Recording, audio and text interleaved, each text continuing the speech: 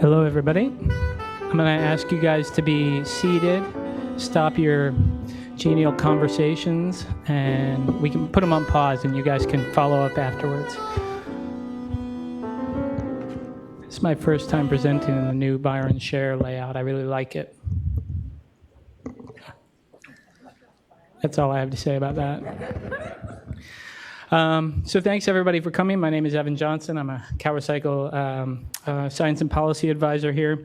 We want to welcome you to a half day of looking at shifting impacts, or impacts on shifting recycling markets here in California, and looking specifically at the impacts on 939 compliance here with jurisdictions. Thanks, everybody, for taking time out of your day. I'll start with the boring stuff, the housekeeping. We have a couple of exits in the back here, and should anything happen, sprinklers come on, whatever, you can head out the back and follow us, and we will lead you to catty corner to Cesar Chavez Park, where there's a meeting spot in case of any emergency. If you need a break, feel free to get up and walk around, and you can go out on the mezzanine, although it looks like there's some event going on there right now, so be quiet if you do it. There's a cafeteria downstairs if you get hungry or thirsty or need caffeine, but I'm sure we're so fired up that we don't need caffeine. Man, that joke fell flat. All right, so that's the housekeeping. This workshop is a bit of a follow-up or an adjunct to the workshop we had. You guys may remember we had a workshop back in June to talk about the impacts of national sorting throughout California. It was sort of a high-level discussion outlining what we're seeing across the state with a lot of great presentations and panelists and a good sharing of information. But there was a real call to drill down on specific issues within that workshop because it was such a high level. And one of those things was to look at jurisdiction compliance. How does this impact jurisdictional compliance?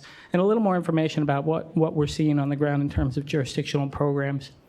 So that's why we're here today, is to have that follow-up and to get into a little more detail about how jurisdictions are being impacted and what it means for them, and their programs in relation to CalRecycle.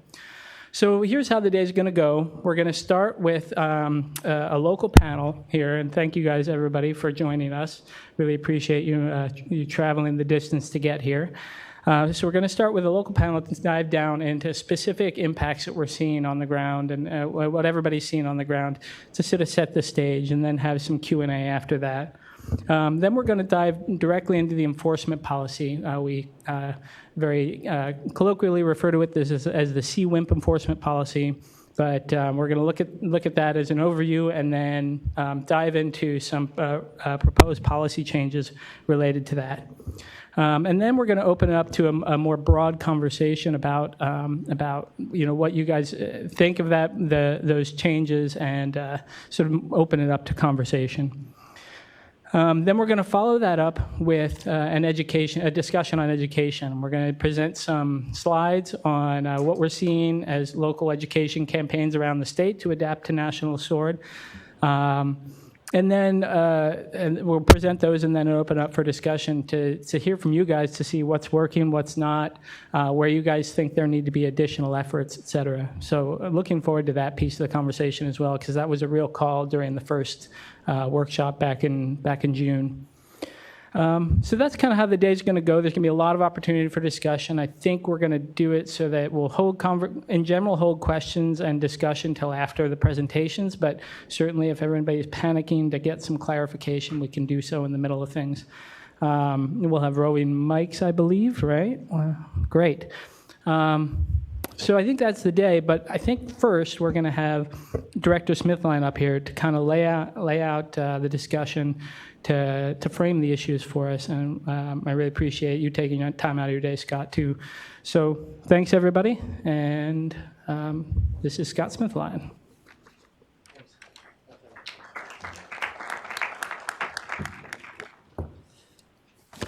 I like the fact that Evan actually tries to make jokes. I think that's pretty cool. Thank you for joining us here today. Your input is really critical in helping us complete our mission. That's part of what we're doing here today. I'm going to divert from what I was going to say for a second because I thought of something else I wanted to say this morning. So, like many of you, I was watching the election returns last night, I'm sure, up late, or at least later than my normal early bedtime. And I normally tune out the talking heads that you hear, and I look for the election results. But I heard something that caught my attention. And this is often repeated phrase. Many of you, of course, have all heard this, that fair elections and a peaceful transition, fair elections and a peaceful transition of power are a hallmark of our American democracy. Right? This is something we've all heard, and I've never thought about it too deeply, but it started to sit with me. And you could probably spend your life, many people do, sort of analyzing the historical importance of that. But I kind of broke it down. And I think to me what you need is a system with a set of rules, and you need everybody involved, but particularly the defeated candidate, their supporters and their party need to have felt as though they had equal access to that system. And that same defeated candidate and their supporters and party need to have trust that the victor is going to uphold the rules, that they're going to honor the tradition of the elections. And I started thinking those are really just good tenets of good government. And I'm a government guy. I'm a regulator, right? And so I started asking myself, well, how does that apply to my life? And I was thinking about today. So what are the tenets of a good regulatory program, the hallmarks of a good regulatory program? And I think they're almost the same, which is you need a system with rules for the development of those regulations. You need access to that system by all the affected parties. And you need all the affected parties, but particularly the regulated entities, to feel as though they've had, that they trust that the regulator, in this case the state, the department, are going to uphold those rules. And that's why we're here today. We're here to honor that system. This is part of a regulatory system, this workshop today.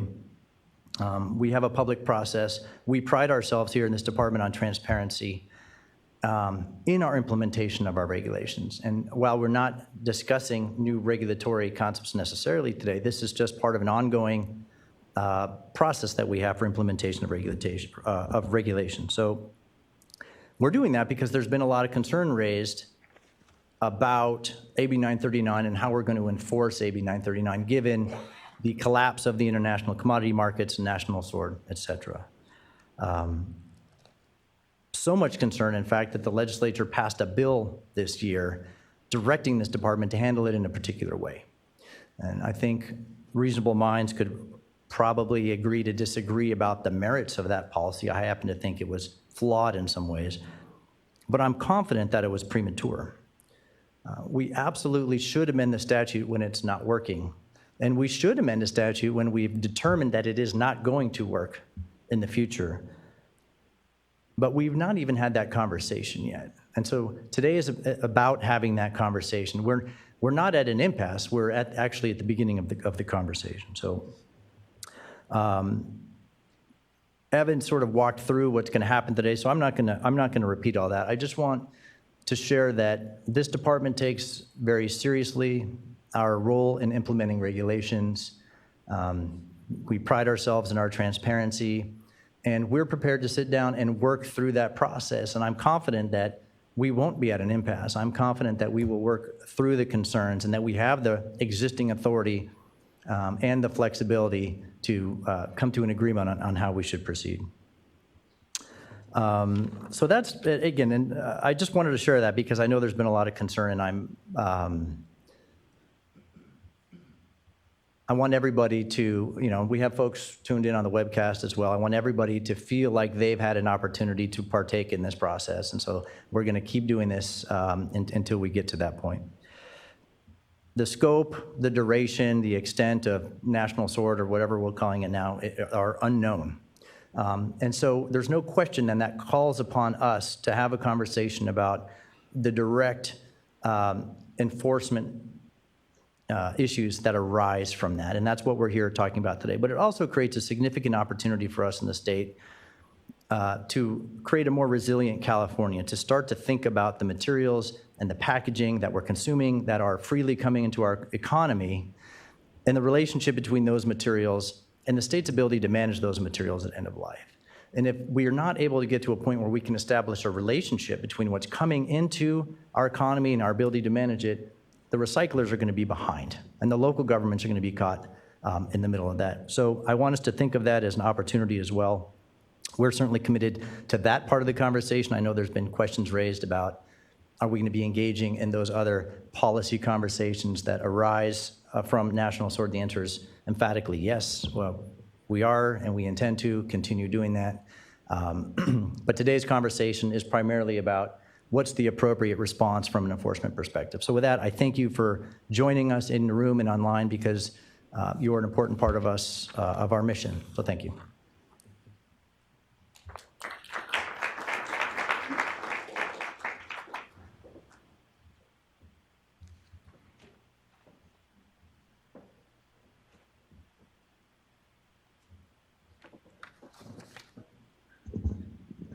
Thank you, Scott, for that intro. So good afternoon. My name is Ashley Yee, and I work for the Local Assistance and Market Development Branch. And we're very excited to have all of you here joining in the room and online. And we're honored to have a panel that will discuss the local impacts of National Sword and unstable markets. Like Evan said, we please ask that you hold your questions and comments until the end of the panelists' presentations. So first up is Tim Brownell, and he is the Director of Operations for the Monterey Regional Waste Management District in Marina, California. In this capacity, he oversees the daily operations and long-term planning for the district's solid waste diversion and disposal programs that handle approximately 3,000 tons per day of material. Tim has been with the Monterey Regional Waste Management District since February 2017. Prior to that, he served as co-president of Eureka Recycling, executive director of Recycle Ann Arbor, and recycling program manager for Sunset Scavenger, which is a division of Recology. So please help me welcome Tim.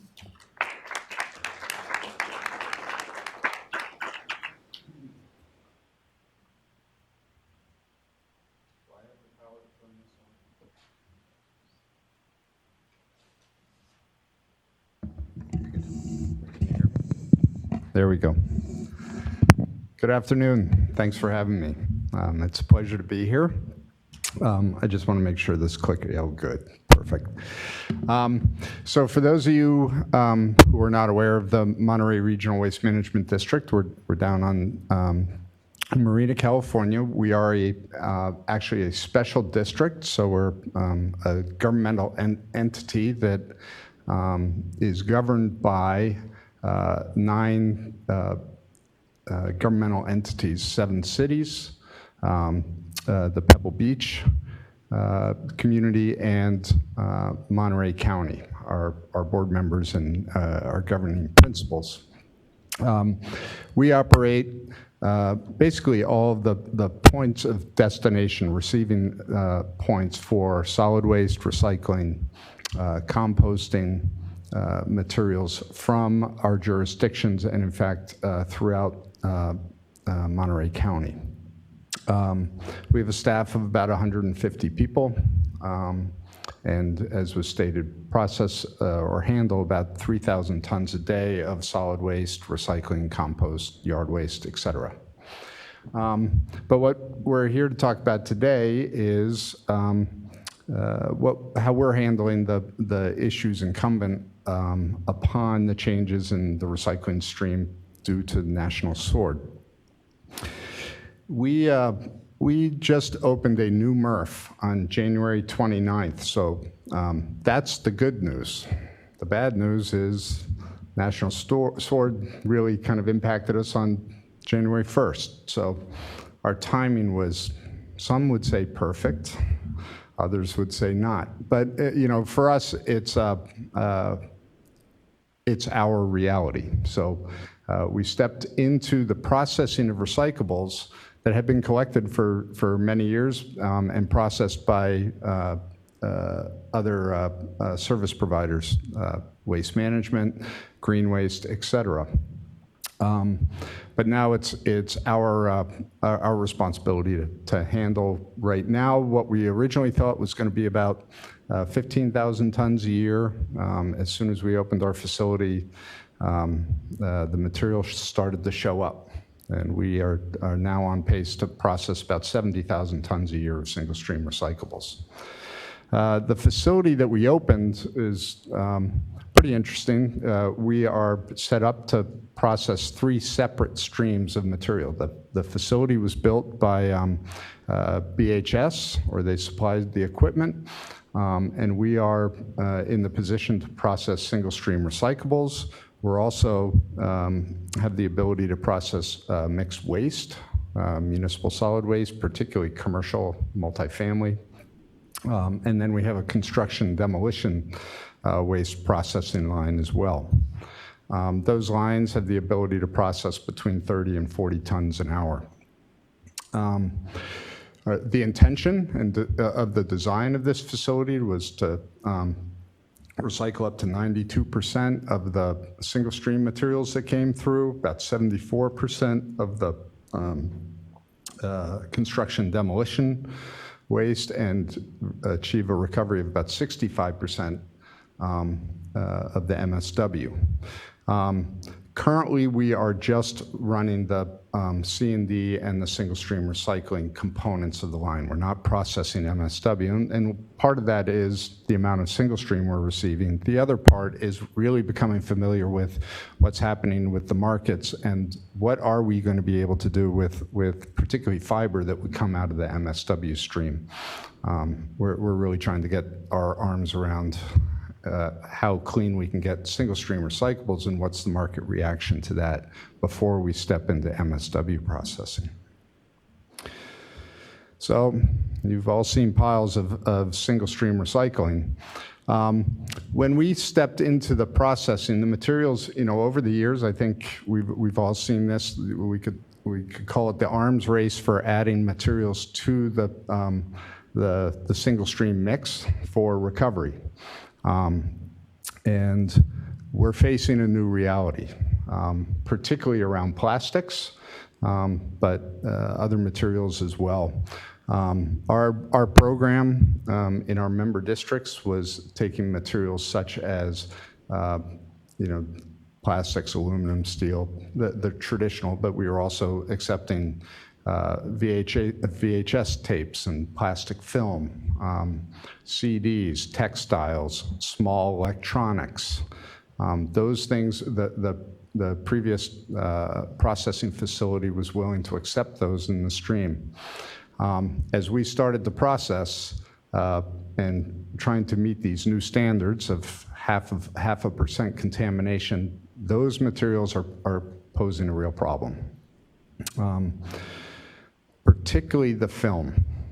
We're seeing quite a bit of that in the stream, upwards of, by weight, it can be as high as 4 or 5%. By volume, obviously, that can be a much larger number. Visually, you can look at it, and it's 15% of the materials coming in. Obviously, it creates operational problems for us, that amount of film wrapping around discs and other equipment in our facility. But equally as problematic is really having no markets for film that is MuRF recovered. So we're doing a lot of work on trying to, if we're going to do any film recycling, doing working with large generators, source separated, collected, delivered to us as film, and then we bale it separately and have markets for that as long as it's not running through the MuRF and across our sort lines.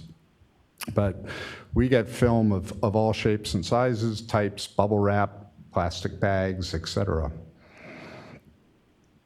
We're also in the Central Coast, we're in the Salinas Valley area, we get quite a bit of agricultural plastics coming through our facility as well. So when materials previously to National Sword, there were mixed plastic bales that were mixed together, shipped to China, and really what was happening at that point was the offshoring of sorting. Different sorting was happening in China. That is no longer our option and possibility. So we're in the position and condition of having to sort all plastics into whatever streams we can, market them as such. And so the plastic film, we also get a lot of from the packing houses and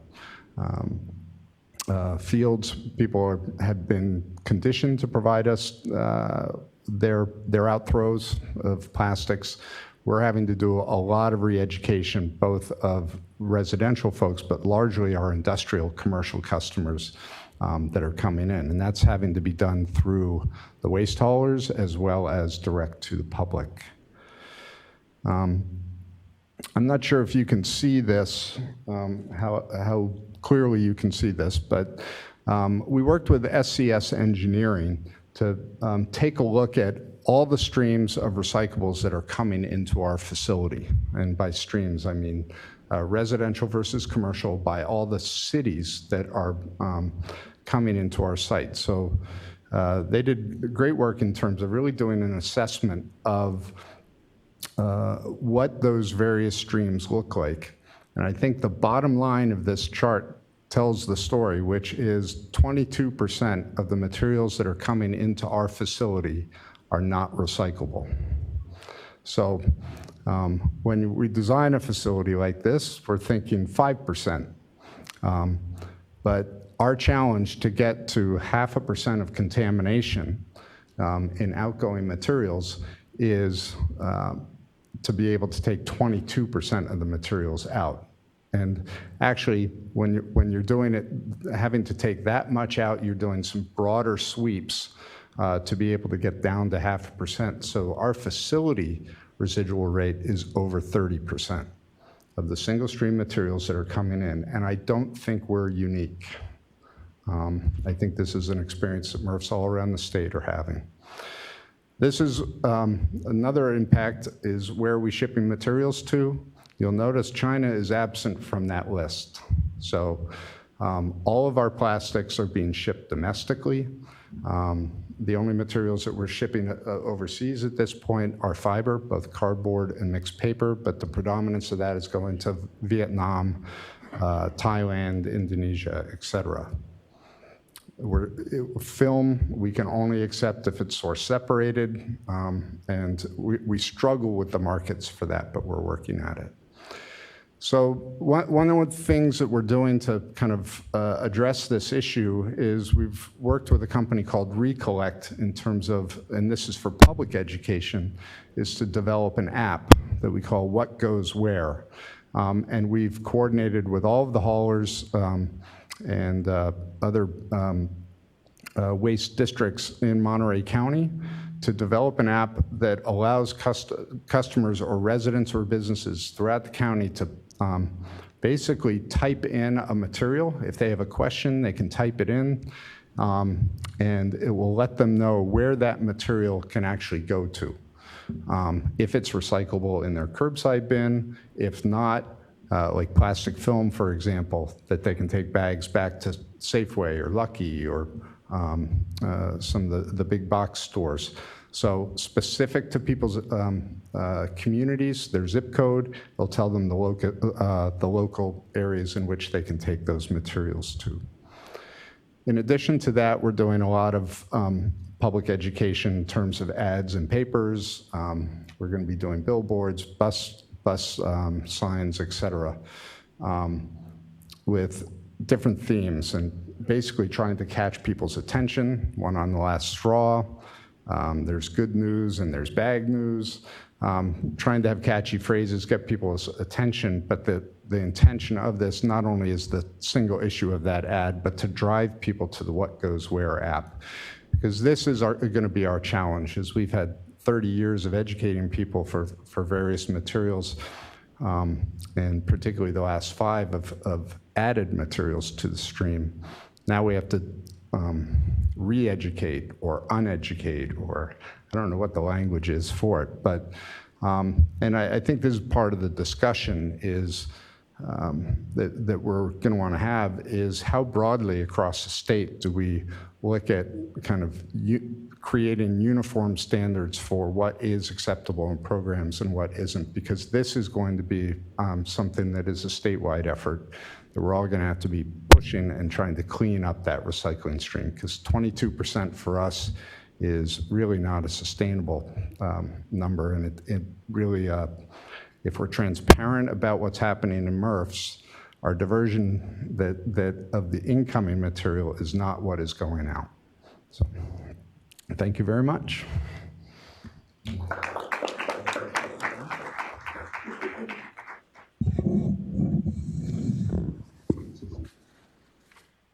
Hey, thank you very much, Tim. That was a great presentation, and I think it transitions very well into our next presenter, Jim, who's actually going to represent a hauler. So Jim will talk about a pilot program that they're working on right now.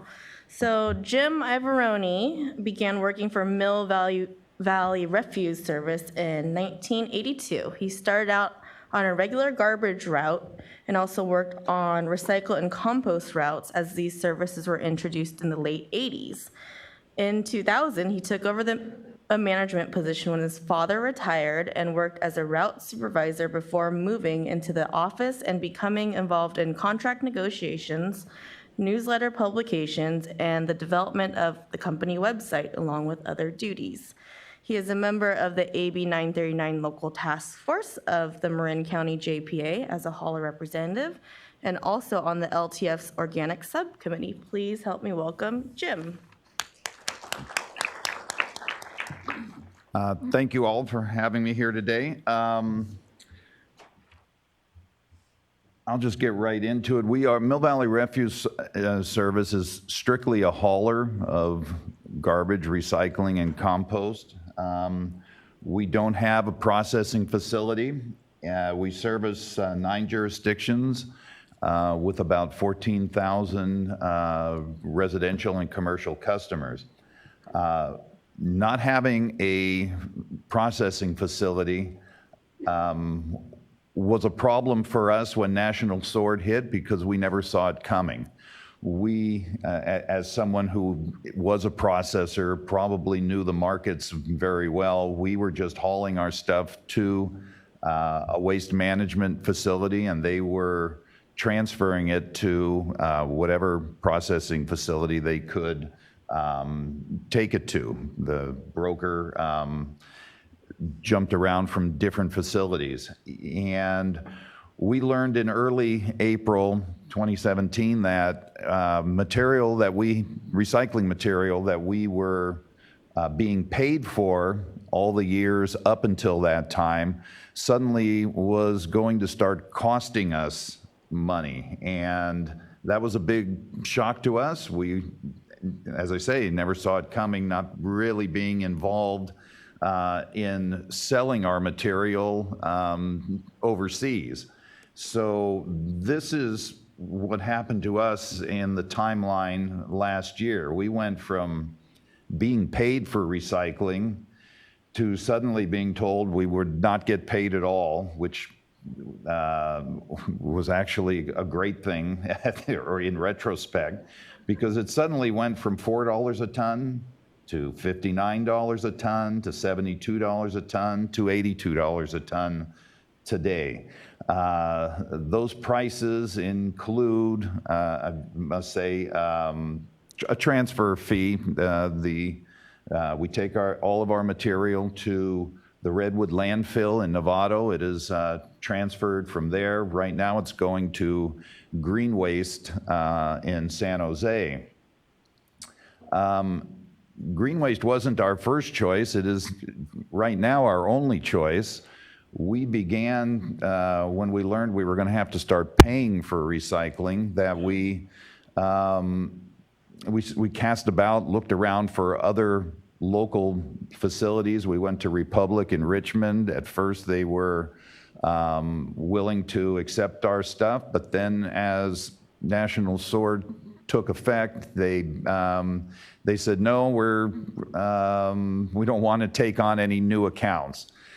We then Our broker from Waste Management, a gentleman named Michael Peltz, who's been very helpful to us, found Pacific Rim and Benicia to take our stuff.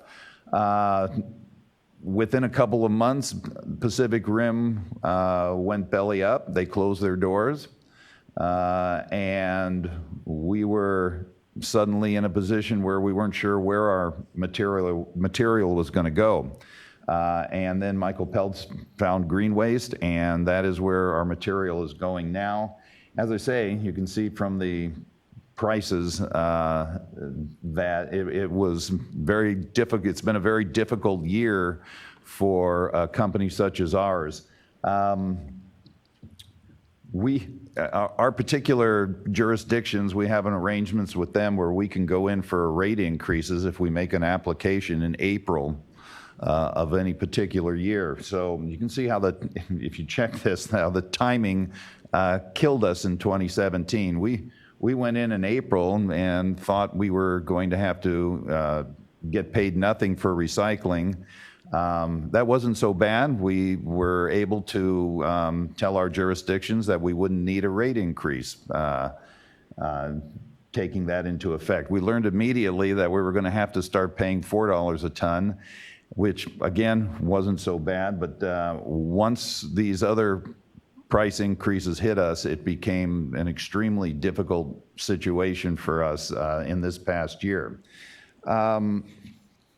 We did a few positive things after panicking and despairing over these price increases. We gathered together with other rate haulers in Marin, and we created a newspaper insert flyer called Recycle Right.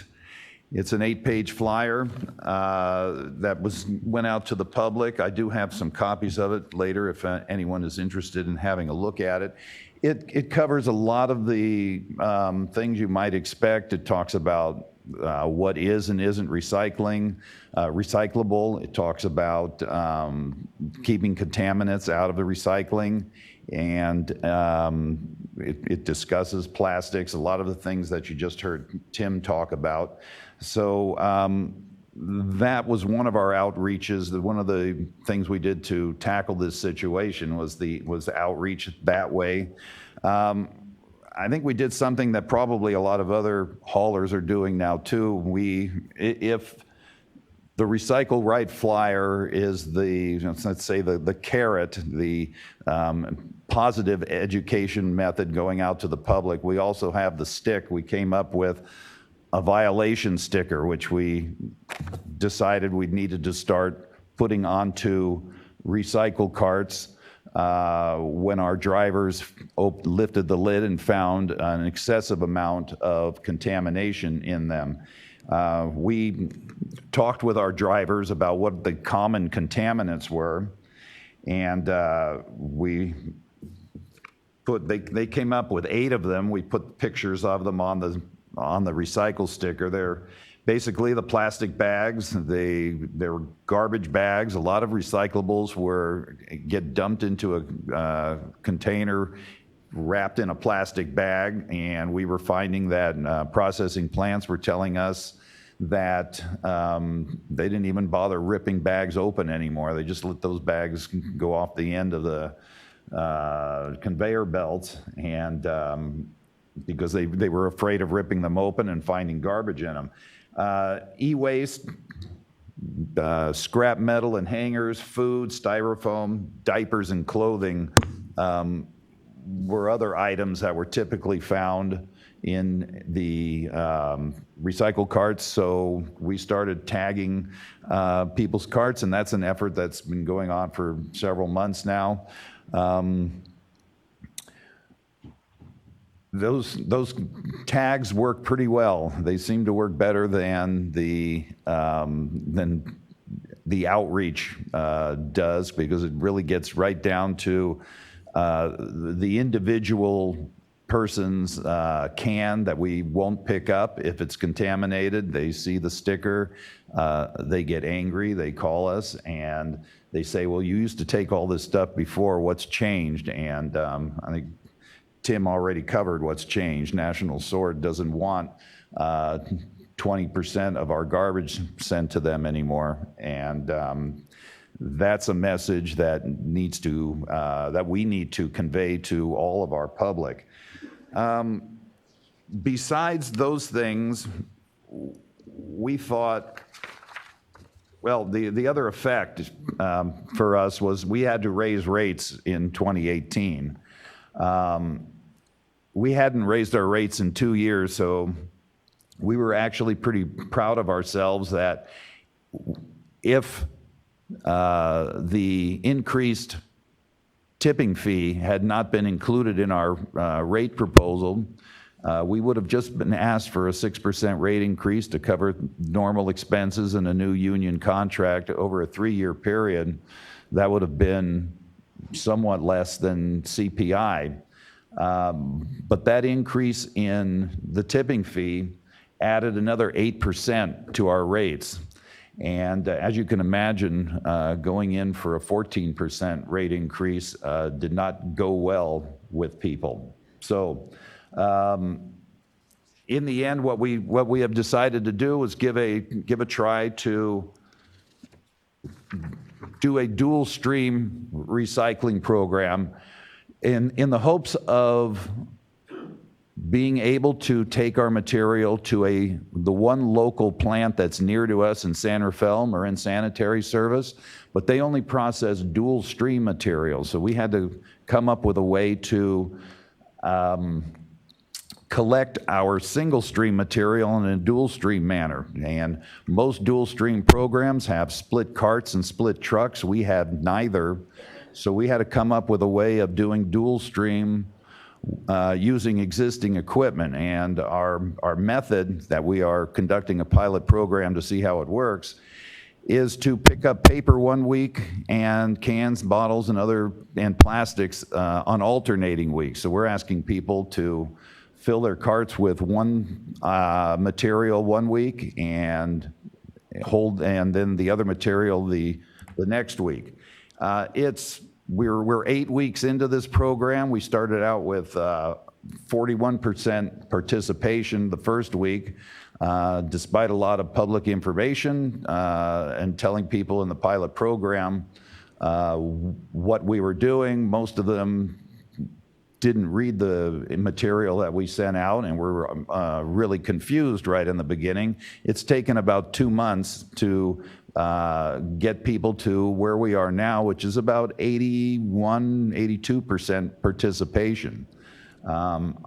We're trying to do this to get a reduced tipping fee and collect and do it in a cheap enough manner so that we can do this without spending millions on new equipment. We don't want to buy half a dozen split trucks and $1 million worth of split recycle carts. We're trying to use the same material, the same equipment to collect dual stream as we were using to collect single stream.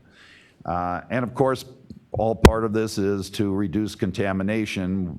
We were being told that we're at about 15% contamination. Doing it the dual stream method, I can't give you a figure right now because we haven't really gotten any figures, but I can tell you from observation of watching our trucks dump the material that we are, I think, easily down to about 5% contamination. So it's definitely a way of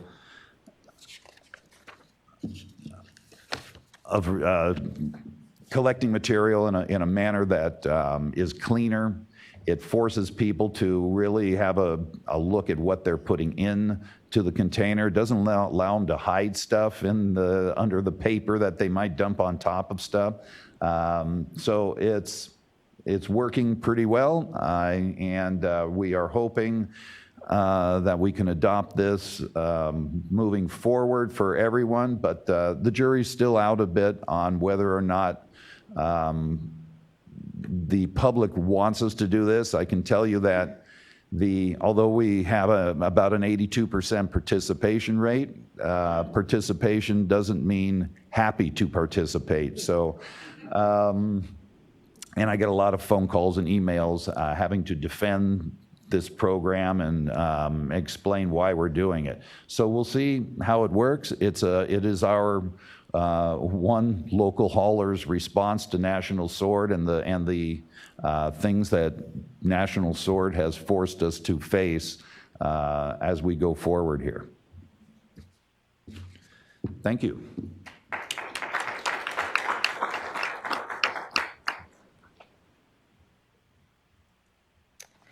Perfect. Thanks so much, Jim, for presenting. And up next, we're going to hear from Christine, who's actually from Waste Management. So another great transition from Jim. And then she's going to go into how Waste Management is handling contamination. So Christine Costa has worked in the solid waste and recycling industry since 1999. Christine is a public sector services representative for Waste Management of San Diego, where she manages 2 municipalities, the city of El Cajon and the city of Santee. In addition, she manages the Navy contract for the Southwest San Diego region, where she successfully implemented a commingled recycling collection program for the Naval Base San Diego, Naval Base Point Loma, and the Marine Corps Recruit Depot and MCAS Miramar. Please help me welcome Christine. Well, good afternoon, and thanks for being here today and allowing me to share with you what we're doing down in San Diego. We all know that the recycling industry is experiencing many changes, and the new policies banning the materials have global impacts on everybody, especially for the buyers. We have elevated quality expectations, strict contamination policies, and the reduction of China's markets resulted in oversupply of commodities. Supply is high, pricing is low. Recycling programs across the country are at risk, and difficult decisions are being made every day regarding recycling programs. But we still know that customers want to recycle and they see the value in it, and so we're working with our jurisdictions to ensure that we can meet their needs and keep our recycling programs moving forward. So while we know people want to recycle and we think it's important, we want to talk about the evolution of recycling. It's been a common practice for many years. When we launched single-stream recycling, our focus was to increase participation and make it convenient for people to participate. We provided residents and businesses with recycling education and awareness to promote recycling at every opportunity. However, as the global markets have changed, we're shifting our focus from recycling often to recycling right, cleaning up those streams, educating them on what is recyclable, what is not recyclable. While we know that people want to recycle, we also know that they're confused. 1 out of 4 items placed in the recycling carts are not recyclable, and the majority of it is plastic bags and garden hoses. We find a lot of garden hoses, kiddie pools, kid toys, all kinds of different plastic material. I think people have the misconception that it's plastic, just throw it in the recycling bin. For so many years, I can tell you that in our area, we encouraged people, if you're not sure, just put it in the recycling bin. We'll make sure we pull it out if it's not recycling. And that has proved to be a very costly lesson for us. So we're working on educating them on what is recycling and recycling right. So what makes something recyclable? Over the past 2 to 3 years, recycling markets have constricted while many producers are pushing us to recycle their products. We get a lot of pressure to add new materials to programs, so we've started looking at each material from several perspectives before we agree to recycle it. The first thing we consider is it easily collected at the curb? There we go. Cart-based recycling, we can collect basically anything. It makes it recycling convenient and results in the collection of over 40% of recyclables. However, we mostly get non-recyclables. Again, as he mentioned, we've gotten bowling balls, engine parts, garden hoses, food, liquid, diapers, you name it. When that trash can is full, they throw it in the recycling, and they expect us to deal with it when we get it.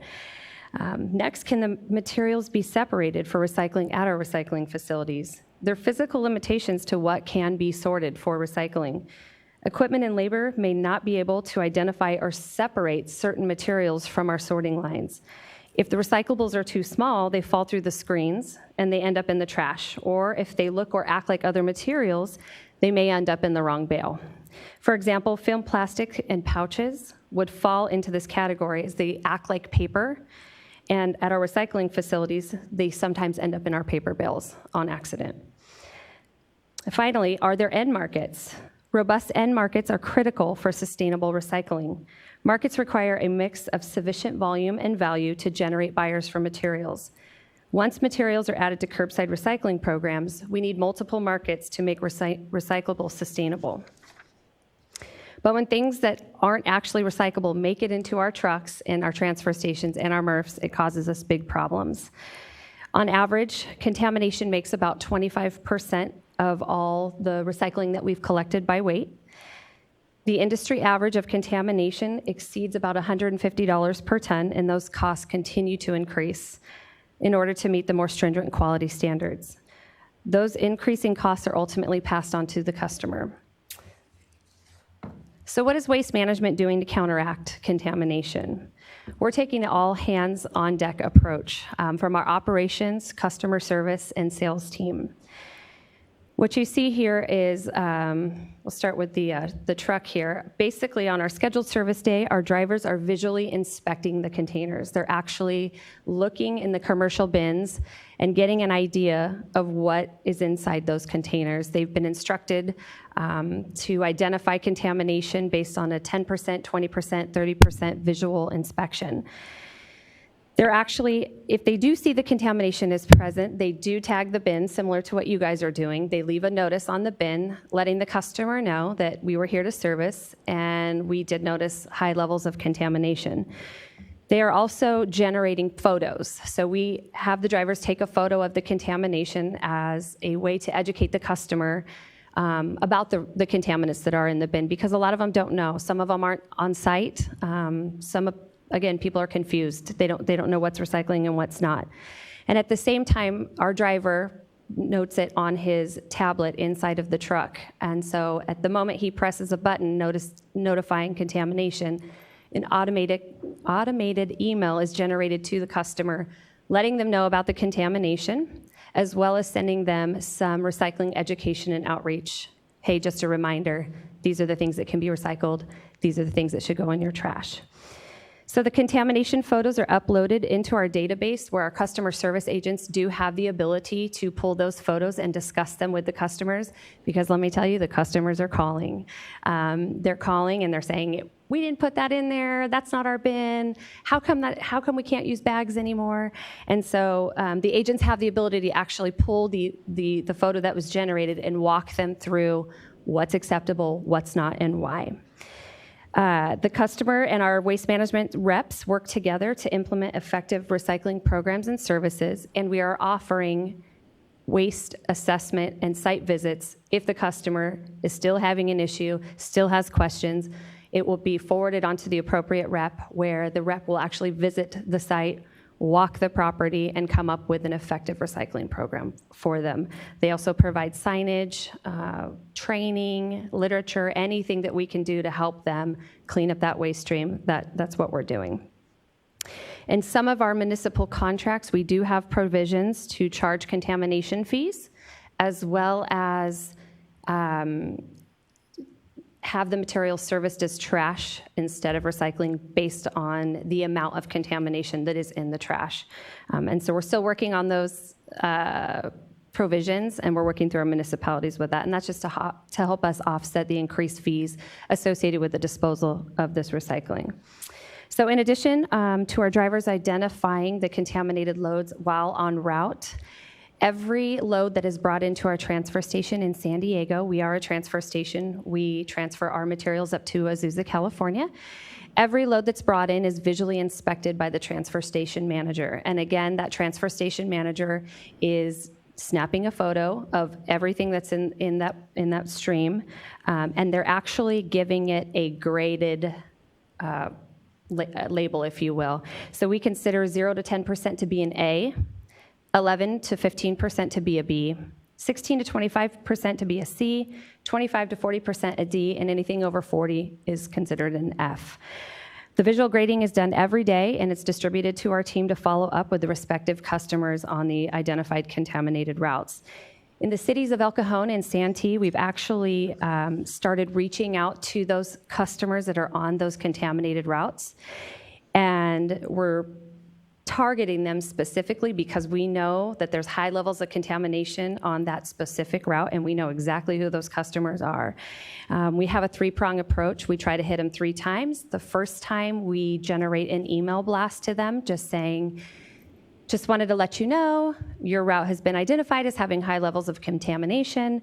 Again, here's what's recyclable, here's what's not. It's a very easy process. Here's our local number. If you need more assistance, please call us. And we know they're getting them because, again, we're getting phone calls. It wasn't me, I didn't do it. You know, they take it really personal, but we just remind them, we're just letting everybody know it's an education piece. We just want to make sure you know how to recycle right. The second approach, if the same load has another C or less, D or F, we then hit them with a physical letter that we mail out. It's very similar to the email blast. Not everybody has access to email. Maybe they didn't get it. So we send that same letter, reminding them again, along with our Recycle Often, Recycle Right flyers and education, just, again, friendly reminder, you know, you guys are still on the contaminated route. And then if we notice it again, the third time, we send out postcards, again, with the same message, directing them to Recycle Often, Recycle Right.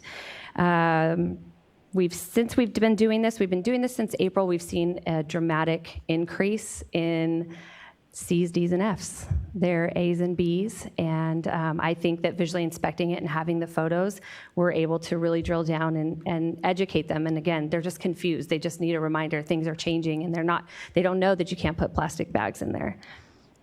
So again, real quickly, here's our campaign. It's Recycle Often, Recycle Right. It's very basic. It's a simplified message. Recycle empty bottles, cans, paper, and cardboard. Keep foods, liquids out of the recycling. Ditch the bags and empty the recycling directly into the container. Our Back to Basics of Recycling message emphasizes the most valuable commodities. People immediately want to talk about film plastic, and we basically say, if it's not plastic or glass, cardboard, paper, or cardboard, toss it in the trash. Here's just our website here.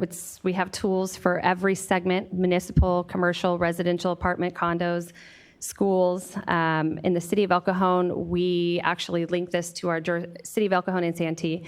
This is linked to their city website. We've really engaged social media. We've created specific messages for our cities, and we target the zip codes within our city. And I can tell you that we just did one in April. We spent $300. We were able to reach 16,420 customers. And of those customers, 775 of them clicked to our Recycle Often, Recycle Right page for more information. Our click-through rate was about 2.74%, which is 2 times more than the industry average. So we're finding great success with social media outreach and campaigns. Again, this is just our website, all kinds of tools, signs, flyers, stickers, and we're just really focusing on recycling right, cleaning up the streams, and educating our customers about the changes. Thanks.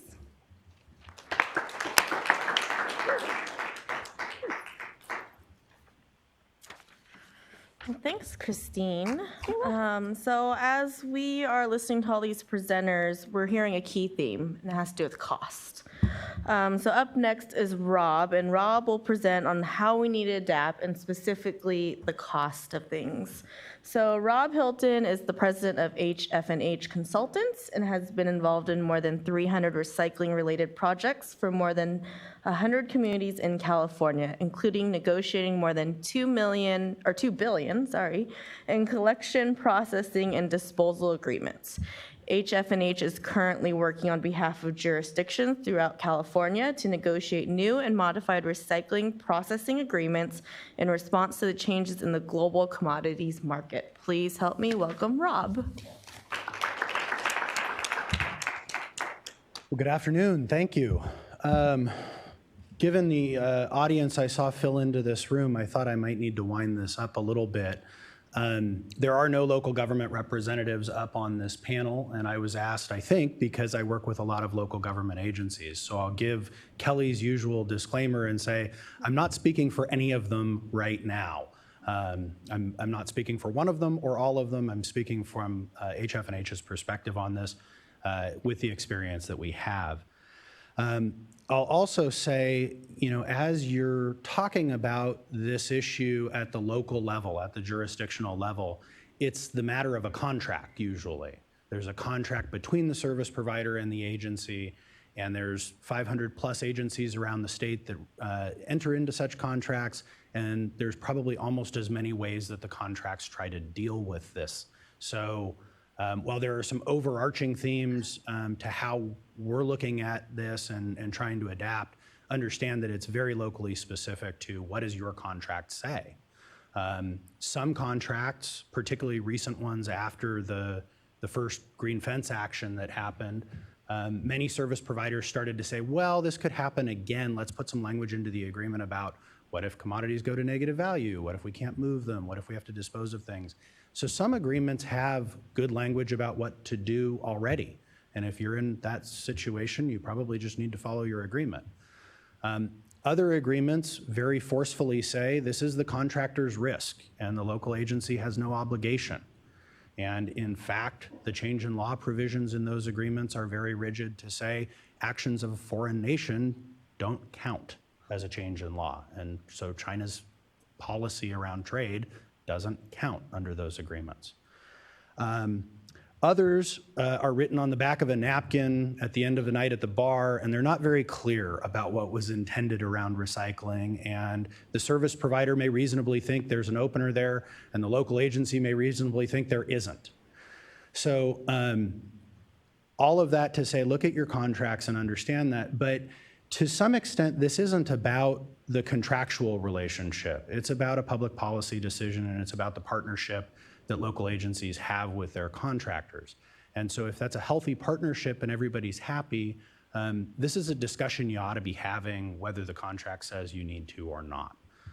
How you deal with it may be different based on what that contract says, but that's my wind up.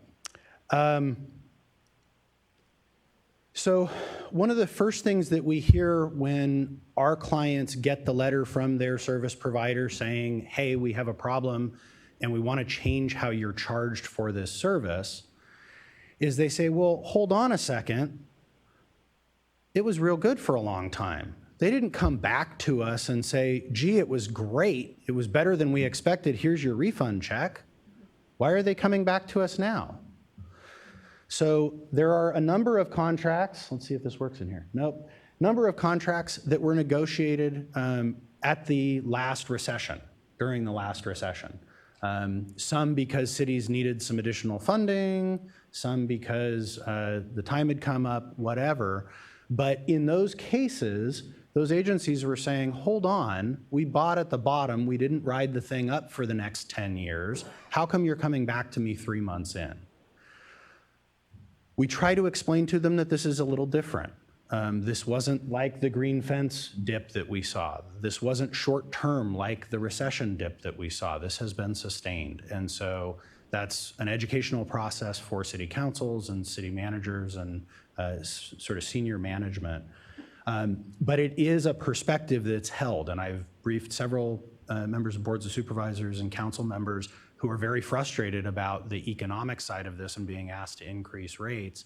And they feel like, well, hold on, when it was good, we weren't getting any. So that's something to think about. This is a real issue and it needs to be dealt with.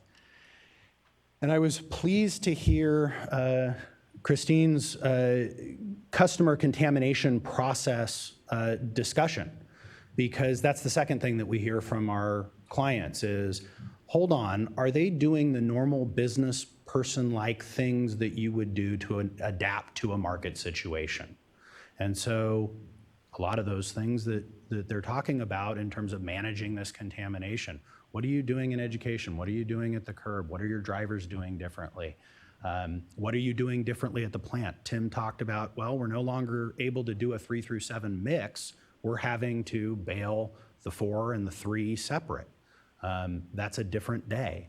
Is the facility adapting that way, or are they still trying to push a 3 through 7 mix out? Are they still trying to push out a soft paper mix? Those things aren't working these days. And so if they haven't done the normal things to adapt, cities have been less likely to talk about the business deal side of this. They want to hear that everything else has been done first. And believe me, when you go to council and say, hey, we need a $2 or $3 rate increase, they want to hear that everything else is being taken care of and that this isn't just money that they're going to throw at it and you'll be back in 6 months and they'll have to throw more money at it. So as we're working through these things, we're recommending to our clients that you not just deal with the financial issue, that you work through the whole system of issues so that the thing heals itself. The other thing is, this is so far a relatively short-term thing. I think most of us in this room expect it to persist for some time, but we don't know that. And so as we're doing things, we're setting up sunset clauses around these accommodation arrangements to say, let's do this for 6 months or a year or 18 months, and then let's revisit, are these conditions still present? And if they are, maybe we continue with this. And if they're not, maybe we revert to the old way.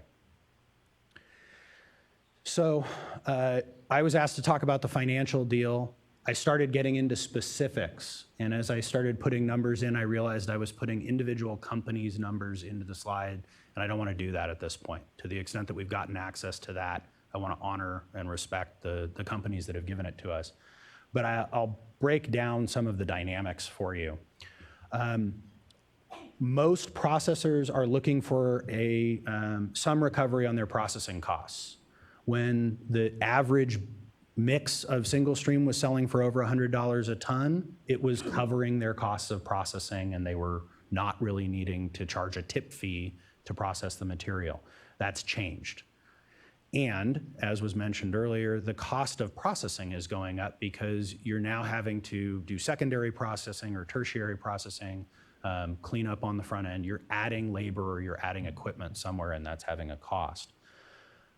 That's good.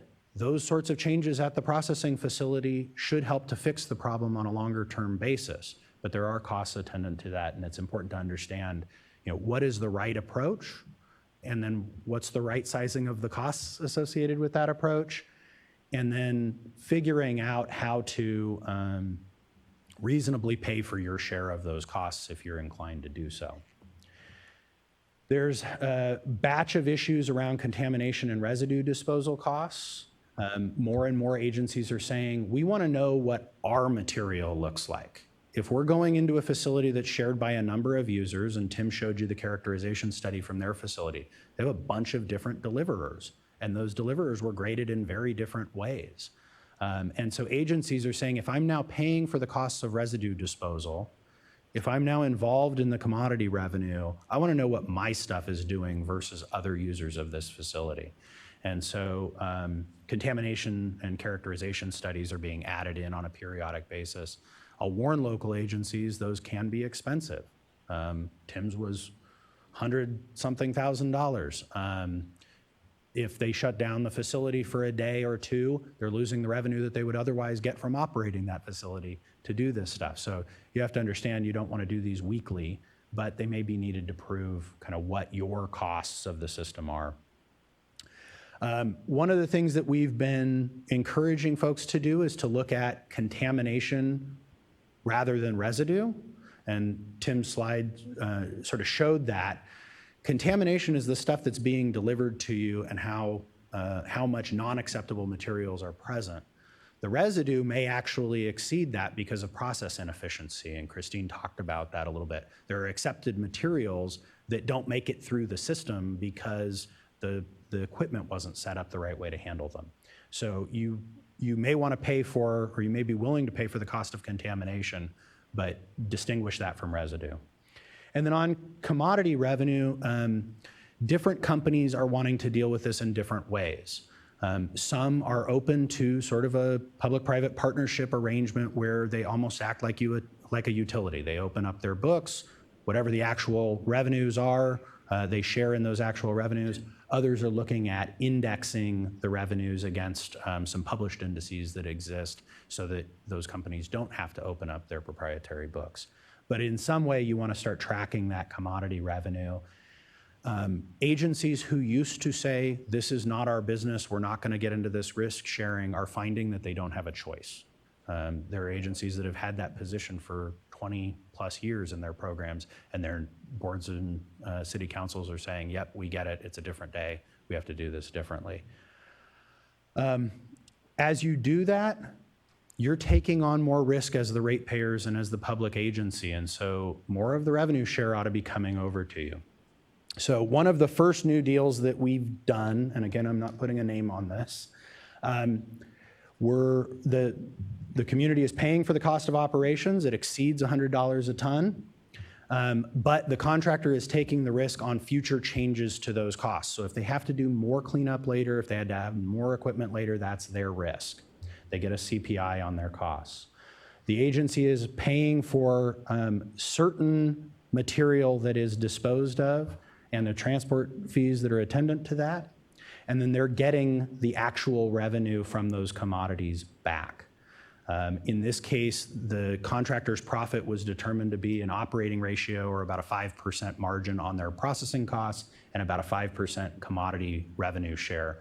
And that commodity revenue share had to do with wanting them to have some skin in the game on the value of the commodities when they were sold. So this isn't the formula for all of them, but I can tell you all of the discussions we're in are touching on what's the quality of the material, what's the cost of processing, what's the cost of residue disposal, and what's the value of the material. So think through those things before you get to the table. And I know this is a bit of a segue, but I'll make one final segment or statement. As I'm touring composting facilities around the state, I'm growing concerned that we're creating this mess with the mixed organics system around the state. And I think as you're sitting down with your processors and your haulers to talk about how do we fix contamination in single stream, it's a really good opportunity to say, let's deploy some of those same customer interaction programs around the quality of the green waste and the organics that we're collecting, so we don't create that problem next. Thank you.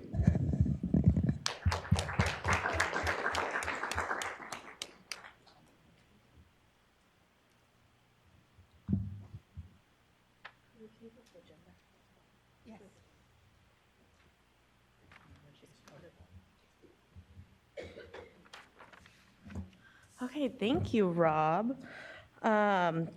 So again, we'd like to thank all of our panelists for joining us today. And just so you guys all know, their presentations, along with the rest of the presentations that you'll hear, are on our public notice. So if you want to print them out or use them as a refresher, they're there. So now we have about 15, 20 minutes for any questions, comments. We actually are trying a new system, an operated assisted line. So if you want to call into the number posted and use that passcode and actually speak to us, you can. So are there any questions, comments in the room? We have a mic that will roam.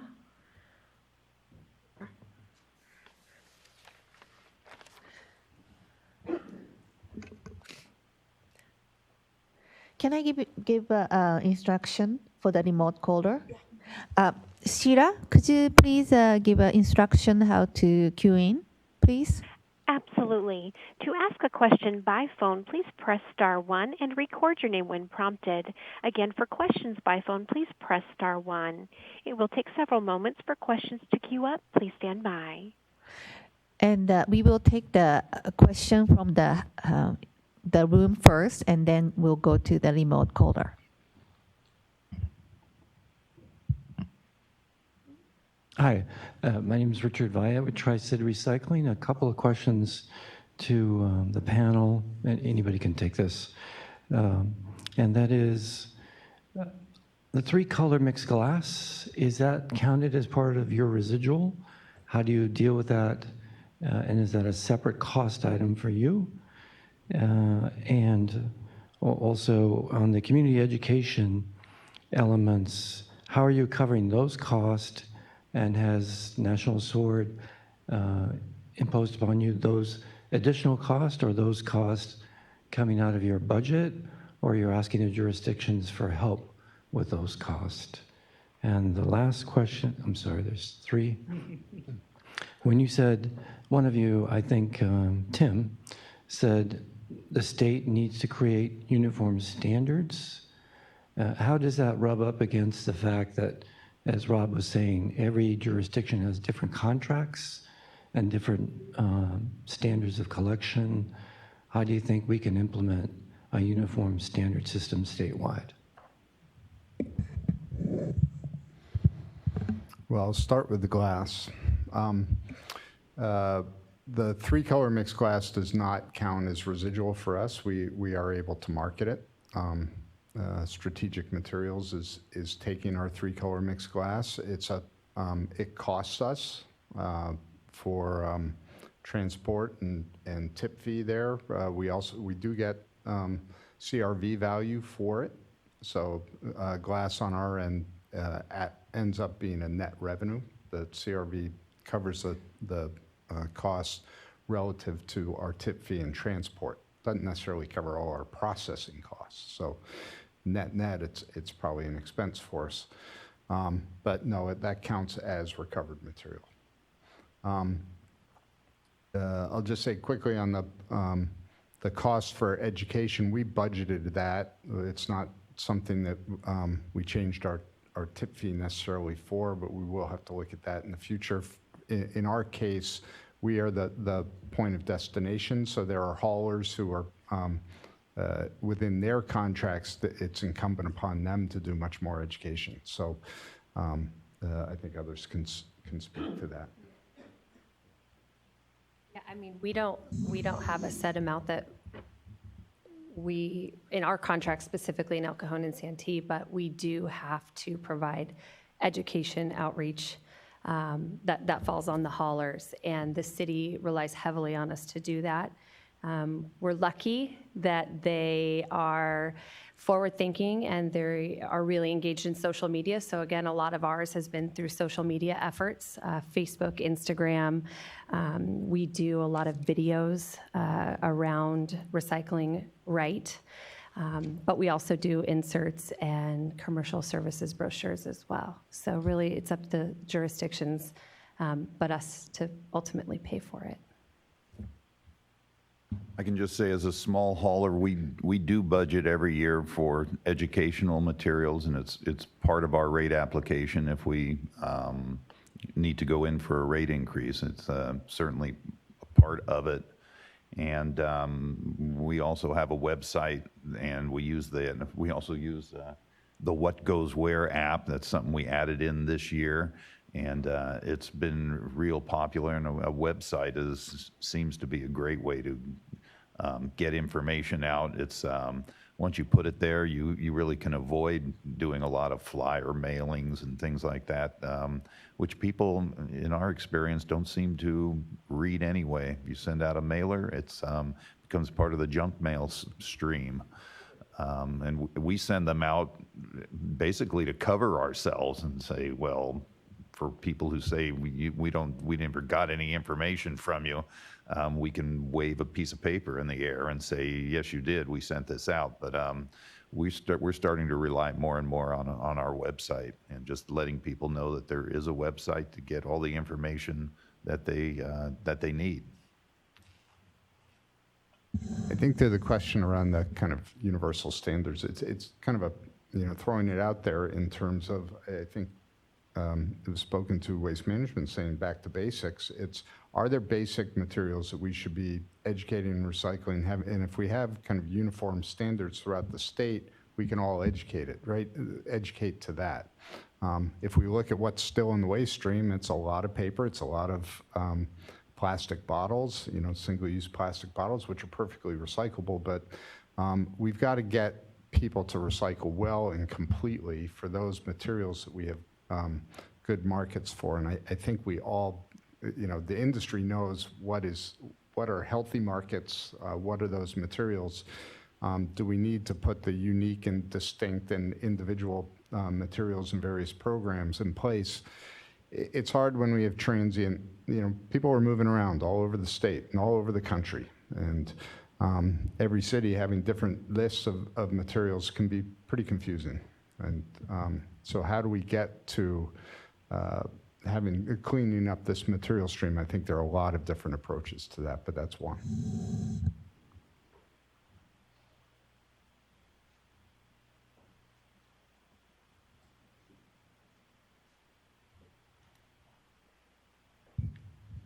I just want to thank everyone on the panel for dealing with the angry customers. I know that's a difficult job.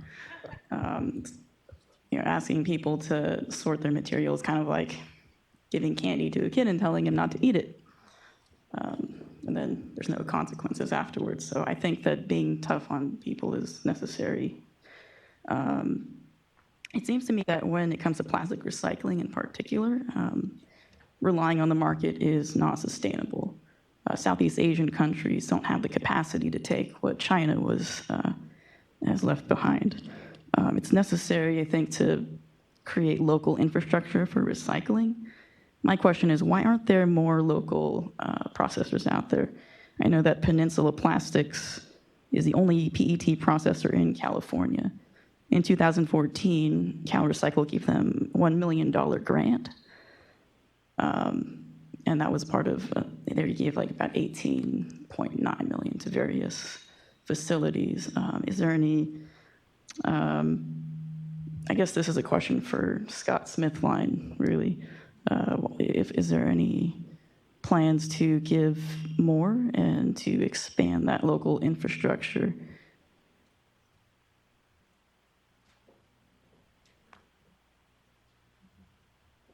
And if anybody else on the panel has any input on that, that would be Hi, great. this is Howard Levinson from CalRecycle. Yes, we do have an appropriation from the legislature for this fiscal year from the Greenhouse Gas Reduction Fund, the Cap and Trade funds. And we have the fiberplastic glass grant program. There will be applications out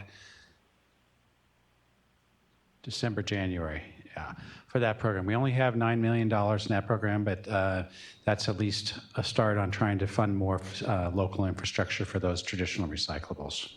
So if you want more information, we'd be happy to hook up with you later. We also, thank you, Kara. We also have the ongoing RMDZ loan program, which has something on the order of $7 or $8 million, losing my voice, available. So low interest, 4% low interest loans are available at any time for manufacturing facilities in the state. So that's another program to look at. Hi, Sheila. Is there anybody remotely wants to ask question? We are showing no questions by phone at this time.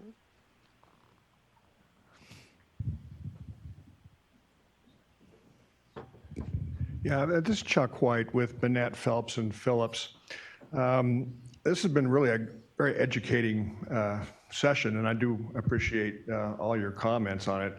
It really seems like we have a significant problem, but it's not just the China sword problem. Even before China sword, as I recall the numbers from CalRecycle, we were about 25 million tons a year short of meeting the 75% recycling goal, and now with the China sword, China was taking at least 10 million tons, and many other countries taking some too. So I think we're at least at a 35 million ton per year deficit in terms of recycling capacity.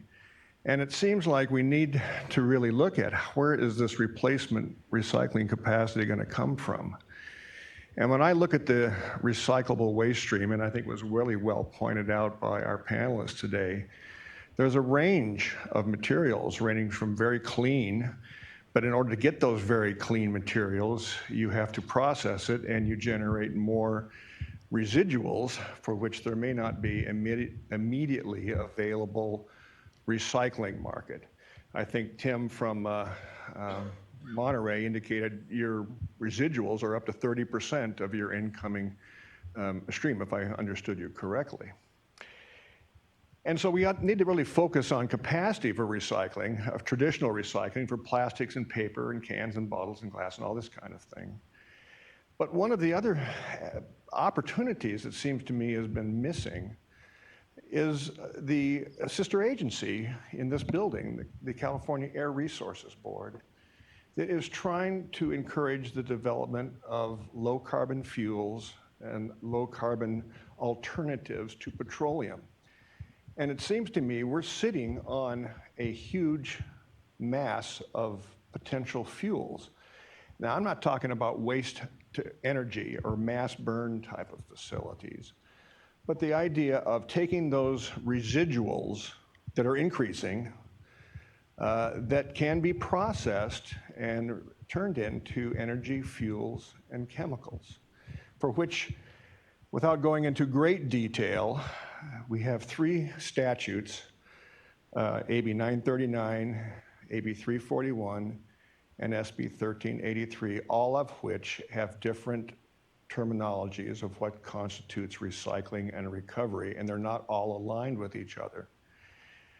I'm asking you folks on the panel, and I'm asking everybody in the room, does it make sense for us to begin to revisit this issue of, is there a place in California to help provide low carbon fuels, low carbon energy, low carbon chemicals that aren't based on petroleum or coming out of the ground, but can be processed from waste into energy, fuels, and chemicals? And we're not talking about a massive program that takes all the highest end recyclables and puts it into these facilities, but is a slow building demonstration type of program that would begin to show California that this is a kind of technology that can be done safely. It can reduce carbon emissions. It will not result in an increase in criteria pollutants, and will provide an outlet that doesn't involve land disposal or other kinds of traditional bad things. And the problem we have is in California statutes that don't particularly encourage these kinds of alternative technologies. And is there a time to begin to talk about this? I think I'm just following up on what Scott said in his opening remarks. Can we broaden the discussion to figure out ways that we can address this problem, looking at all angles? And I would ask that, do you folks up there on the panel think that if you had an outlet for some of these residuals that wouldn't be considered disposal, would that be helpful to you in meeting this overall challenge? Or is this just a pipe dream that we just might as well go home and forget about and try to find some other replacement for China? Thank you. Well, I'll step into that one.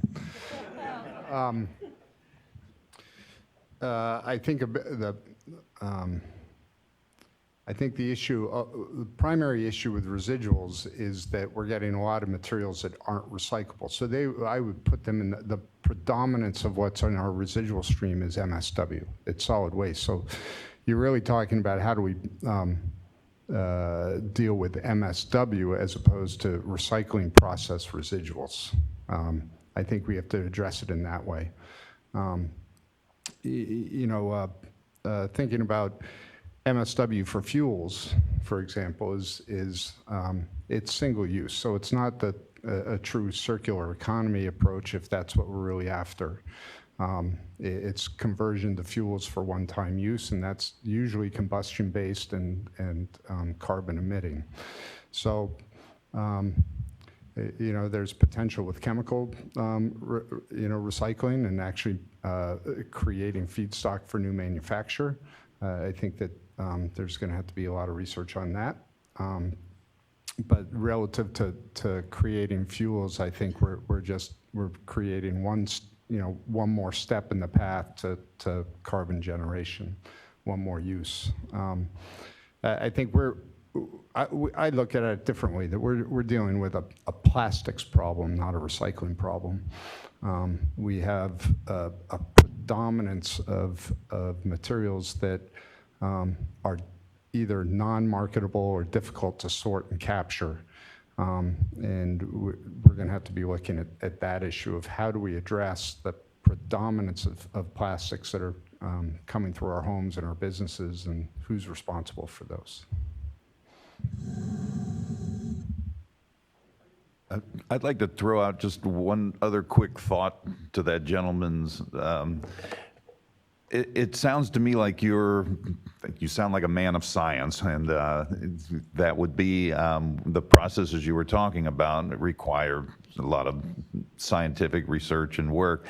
And I find sitting in front of city councils, I get asked questions like that, and then I think to myself, I'm a garbage hauler, I'm a truck driver, and you're asking the wrong people. And I think you're asking the wrong person to give an answer to that. And so I would just comment that it may not be the garbage industry that can answer your question or come up with those solutions, because we're busy driving the trucks, and we're busy processing what we can and finding markets for it. So maybe those answers need to be found from other sources, and then bring them to us and we'll help in any way we can. But I'm not sure that I know I'm not the one to answer those questions.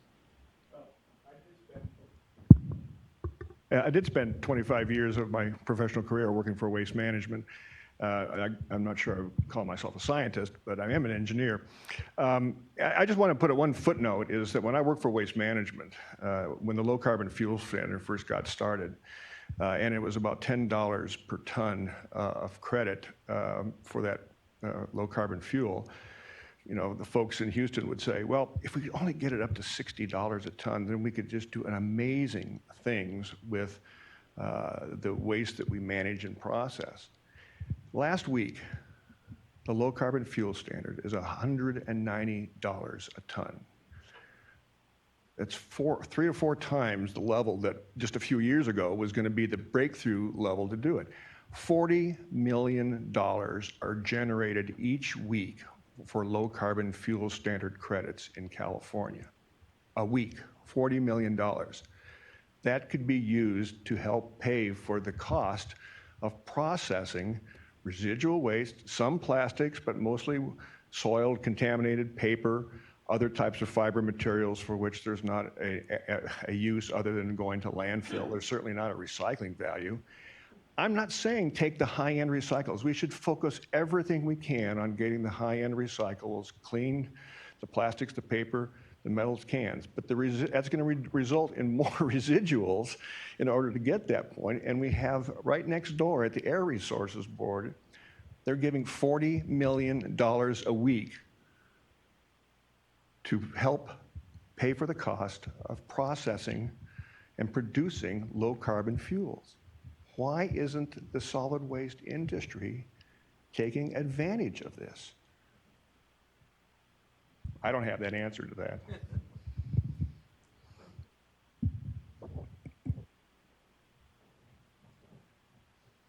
Just a quick note, since I get to be the bad guy timekeeper in the room, that we're a little bit over time, but it looks like there are a couple more questions in the room, so we're going to take 2 more questions here in the room, and we'll try and keep them brief, if you guys don't mind, so we can get on to the enforcement discussion that we have coming up. So thanks, everybody. My name is Arthur Boone. I live in Oakland, and about 4 months ago, the Northern California Recycling Association volunteered to help the First Friday program, which is a monthly street fair in Oakland, try and figure out what they want to do about their recycling program. And we've done a bunch of different things while we've been there. But I weighed the amount of material. I went through about a ton of stuff, and I came out with 13 pounds of stuff that I would consider unrecyclable. And so when people talk about these large quantities of numbers of being non-recyclable or residue type material, I'm not really sure I understand what they're talking about. What I do see is that about half the film that comes in is too full of food material. Nobody washes that material in California. Nobody cleans it up, and so it goes to the dump. The clean stuff, we can pull that out of the material that comes to our tables and take it over to the Safeway, and nobody complains about it. The other thing that's going on is that really impressed me. All of the plates and bowls that are coming out of the food vendors are now molded pulp. We're seeing almost very little of that material as plastic. But in the glasses and the condiment cups, that kind of stuff is still coming in plastic. And apparently there's no place in California anywhere that washes that stuff. I went to an old friend, John LaFontaine, who runs Bay Polymer down in Fremont. He has been a buyer and seller of scrap plastics for years. He says he's always stayed away from anything with food contamination because food contamination requires, under state regulation, requires that the material be washed before it can be used again. And apparently nobody in California anywhere has ever invested in that equipment because the margins, John says he used to pay people for their scrap. He can't do that anymore because the companies that make the virgin material basically have lowered their prices so that he's become a much more marginal business than he ever was. The thing that interests me is that when we started all this 30 years ago, we did almost nothing to drive the demand for scrap plastic in the recycling market. And my perception, I don't pay attention to this, so that's kind of off the top of my head. But I just don't see that ever having developed. China came along at a time when they were moving from an agrarian to an industrial economy, all those sea containers going back empty. It was a perfect storm for them to pick up all that stuff that was being accumulated. And as you remember, the scrappies sat out the early days of 939 because they were worried about the glut of materials being collected that wouldn't have a market and therefore drive the prices. International markets came along, kept the prices up. But China finally got mad because we were shipping too much crap with the goodies. The man from Mill Valley, you said we sent 20% of our garbage to China. You don't send garbage to China. You send recyclable materials to China. If you put garbage in with your recyclables, then that's part of why the national sword and the wall came down, went up or came down, whatever. I used to pack sea containers by hand with newspaper in 1984, so I know a little bit about this. Not recently, though.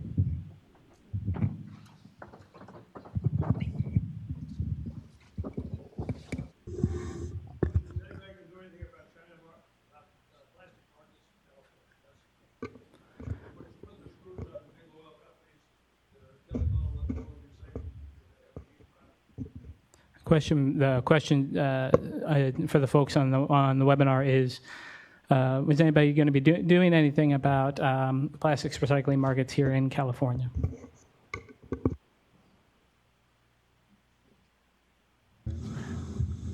Yeah, I'm probably not the right person to answer this, but no, we're not seeing a lot of traction. We're not seeing a lot of reusers. I mean, the question came earlier, how much is CalRecycle granting to these folks? I don't think they have enough money to get the sort of infrastructure online that we lost with China. And plastics is just the tip of the spear. The fibers are 45 to 70% of the problem. And so that's, in my mind, if we're going to invest in local infrastructure, let's get some fiber cleanup opportunity here domestically. That's tough. And to Chuck's point, there may be some niche approaches to depolymerizing or dealing with plastics in a very specific way, but it ain't going to be cheap and it ain't going to be easy. So, we have some hard work to do here, and I think continuing to go down the paths of, gee, is there an easy outlet? Can we just kind of send this away and forget about it? That was what caused this problem. We've got to get on top of it. We've got to do the hard work now, guys. Thanks. And, I want to be respectful of our time, both here in the workshop in terms of how much we have left to cover, but also our panelists who have given up their time freely today. I really appreciate that and all the travel. So I think I'll wrap up the questions there. But I really appreciate the time you guys put into this and sharing your insights. Hopefully you can stick around for the rest of the day, but I understand if you need to move on. But please, one last round of applause for everybody. It strikes me that these local insights are so valuable to us in the statewide conversation. And the more information that we can get from folks like you, the more we can make good policy at a state level. So I really appreciate that. Now, I was going to invite up, but she's already here. The illustrious Kara Morgan is here to pair up with Howard Levinson, who I hear is losing his voice, so we're all in for a wild ride. But to talk about the CWIP enforcement policy.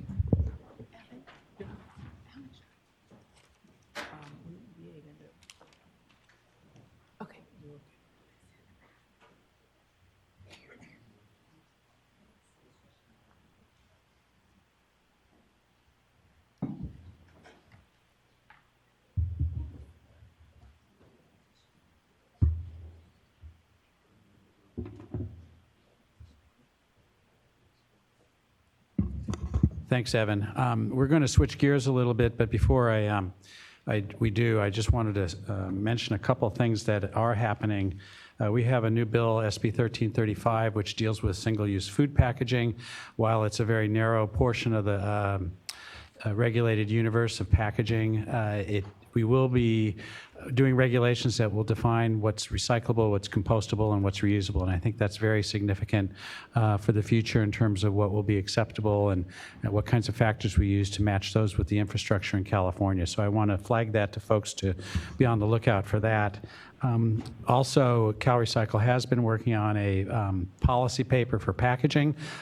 Certainly plastics comprise a lot of packaging, and so hopefully we're going to have that out in the next couple of months, or we'll be having further discussions on that. So there are a lot of things going on that are trying to establish markets for these kinds of materials, or to define when they can be acceptable in various situations. So just stay tuned on all those. And I just want to chime in that CalRecycle is working with a number of companies that are interested in coming to California. Some of those companies are interested in processing paper. Some are interested in different types of plastics. So, siting these facilities does take time, but we're working very closely with the Governor's Office of Business and Economic Development with our own funding programs, our partners at the State Treasurer's Office and the Energy Commission, and working to try and get these companies here. So I'm encouraged by a lot of these companies that we're working with. But let's talk about enforcement.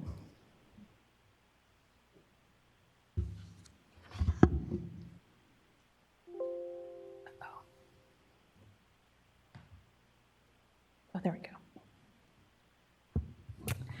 So the enforcement policy part 2 is the foundation for how CalRecycle reviews jurisdictions' program implementation. California Public Resources Code, Section 41825, E3, codified the enforcement policy. And a lot of folks don't realize that the enforcement policy is actually in statute. CalRecycle periodically revises the enforcement policy when there are new statutes that are passed. For example, last time we revised the policy was to add in criteria regarding AB 341, AB 1594, and AB 1826. As we go through the presentation, when I refer to these particular laws, we'll be using the terms mandatory commercial recycling for AB 341 and mandatory commercial organics recycling for AB 1826.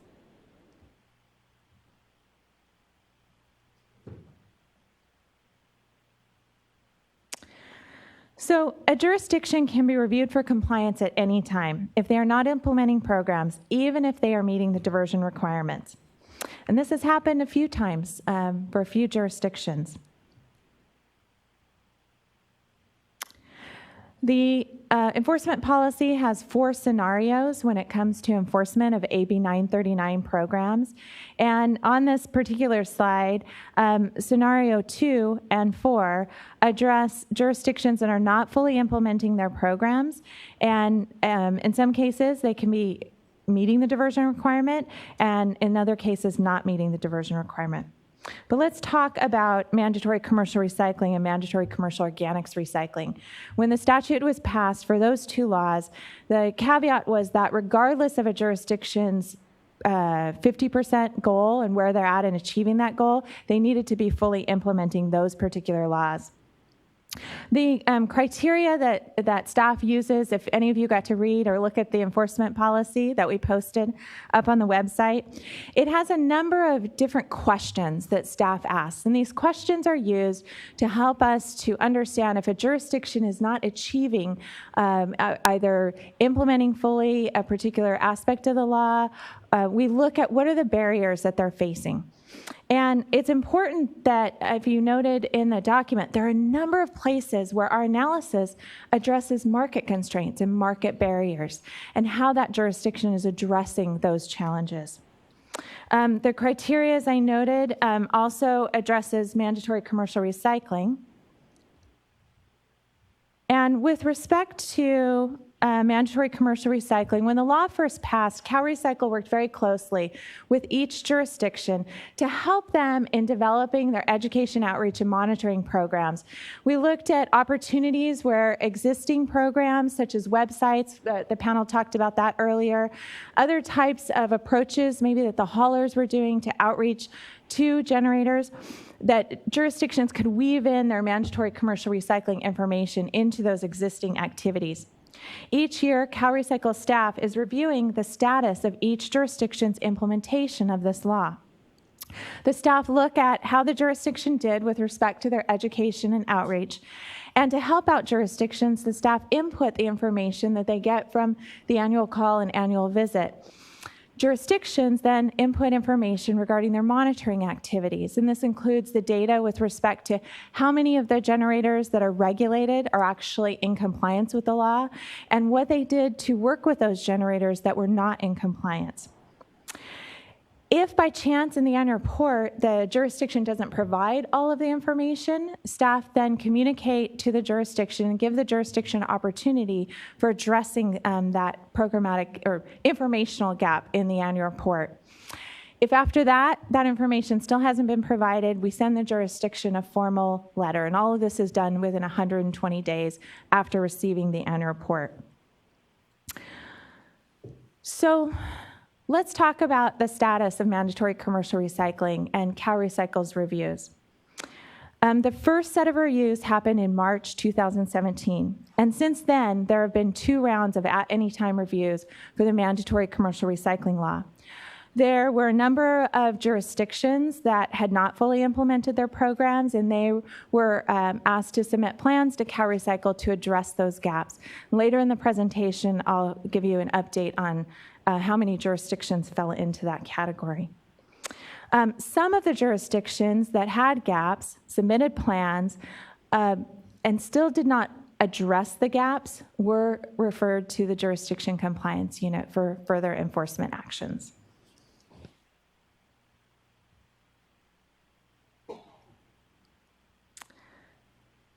So let's talk about mandatory commercial recycling. There are, thank you. There we go.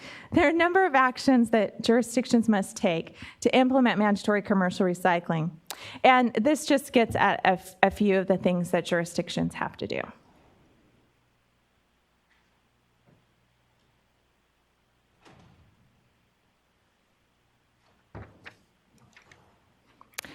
So for both programs, jurisdictions have to identify the types of generators. They have to identify opportunities for providing collection services to those generators, and they need to follow up. In some cases, jurisdictions with respect to recycling have had infrastructure to deal with recyclables, and for many jurisdictions with organics, they have not had that infrastructure.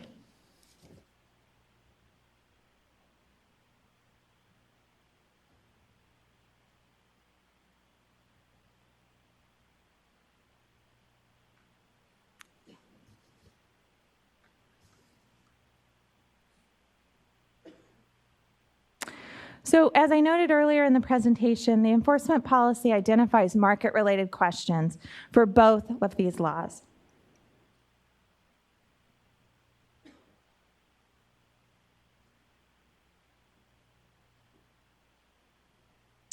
To ensure that jurisdictions are addressing infrastructure needs for organics recycling, AB 876 required reporting and infrastructure.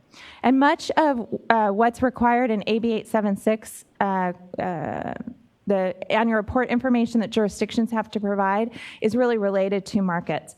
CalRecycle staff reviews this information to assess if it's reasonable, and particularly if there are barriers and if they are being addressed. So let me talk about the steps towards issuance of a compliance order. Local assistance staff informs the jurisdiction as a part of its annual review if there are any implementation gaps. The jurisdiction is given a reasonable amount of time to address those gaps. If gaps still remain, the jurisdiction is informed that it's being referred to the jurisdiction compliance unit. The jurisdiction then receives what's called a conferring notice, and the jurisdiction compliance unit conducts an independent review. During that time, a jurisdiction can provide additional information or they can address the gaps. In that case, they're referred back to the local assistance staff. If the gaps are not addressed, then a public hearing would be scheduled to consider issuance of a compliance order. Penalties are only assessed if jurisdictions did not implement the compliance schedule. In the context of today's discussion regarding national sort and markets and how CalRecycle works with jurisdictions, it's important to understand how we've approached jurisdiction performance in reviewing both of these laws. For both mandatory commercial recycling and mandatory commercial organics recycling, we had a large number of jurisdictions that staff identified as having gaps. So, in the last 2 years, there were 76 jurisdictions that staff identified as having gaps. These jurisdictions submitted plans to CalRecycle. Of those, 60 jurisdictions submitted adequate plans and are currently implementing those plans. 16 of those jurisdictions were referred to the Jurisdiction Compliance Unit for consideration of a compliance order. During the review period, remember I was talking about the conferring period before? 4 were approved to have good faith effort. They provided additional information to CalRecycle. 4 were issued a compliance order, and 8 are still under review. So at this time, I'm going to turn it to Howard. Thank you, Kara. And we're going to hone down a little bit more on national sword and market factors in the context of this enforcement policy.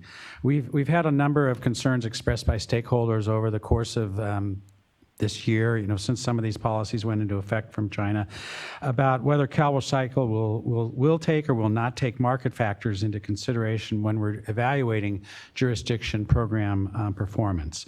So these market factors, the precipitous drop in the ability to get collected materials to market at an adequate price or even at all, what will we do about that when we're evaluating program performance on a jurisdiction review, under a jurisdiction review? People are asking this. People are asking this because they're concerned that this could lead to potential penalties for situations that jurisdictions cannot control. So we want to, Kara's giving you the background, we want to make it very clear that this is not what statute dictates. And furthermore, that CalRecycle recognizes that over the short term, a lack of markets is not indicative of a jurisdiction's efforts to implement its programs fully. In addition, a jurisdiction's achievement of its 50% requirement under AB 939 is not determinative for assessing compliance. So what really happens is we do take market conditions into consideration when we're evaluating a jurisdiction's efforts and whether it's in compliance with the various laws, AB 939, mandatory commercial recycling under AB 341, and mandatory organics recycling under AB 1826. Under existing statute, regulations, and this, what we call the CUM policy, we take market conditions into consideration when we're determining good faith effort in evaluating each jurisdiction's program's implementation.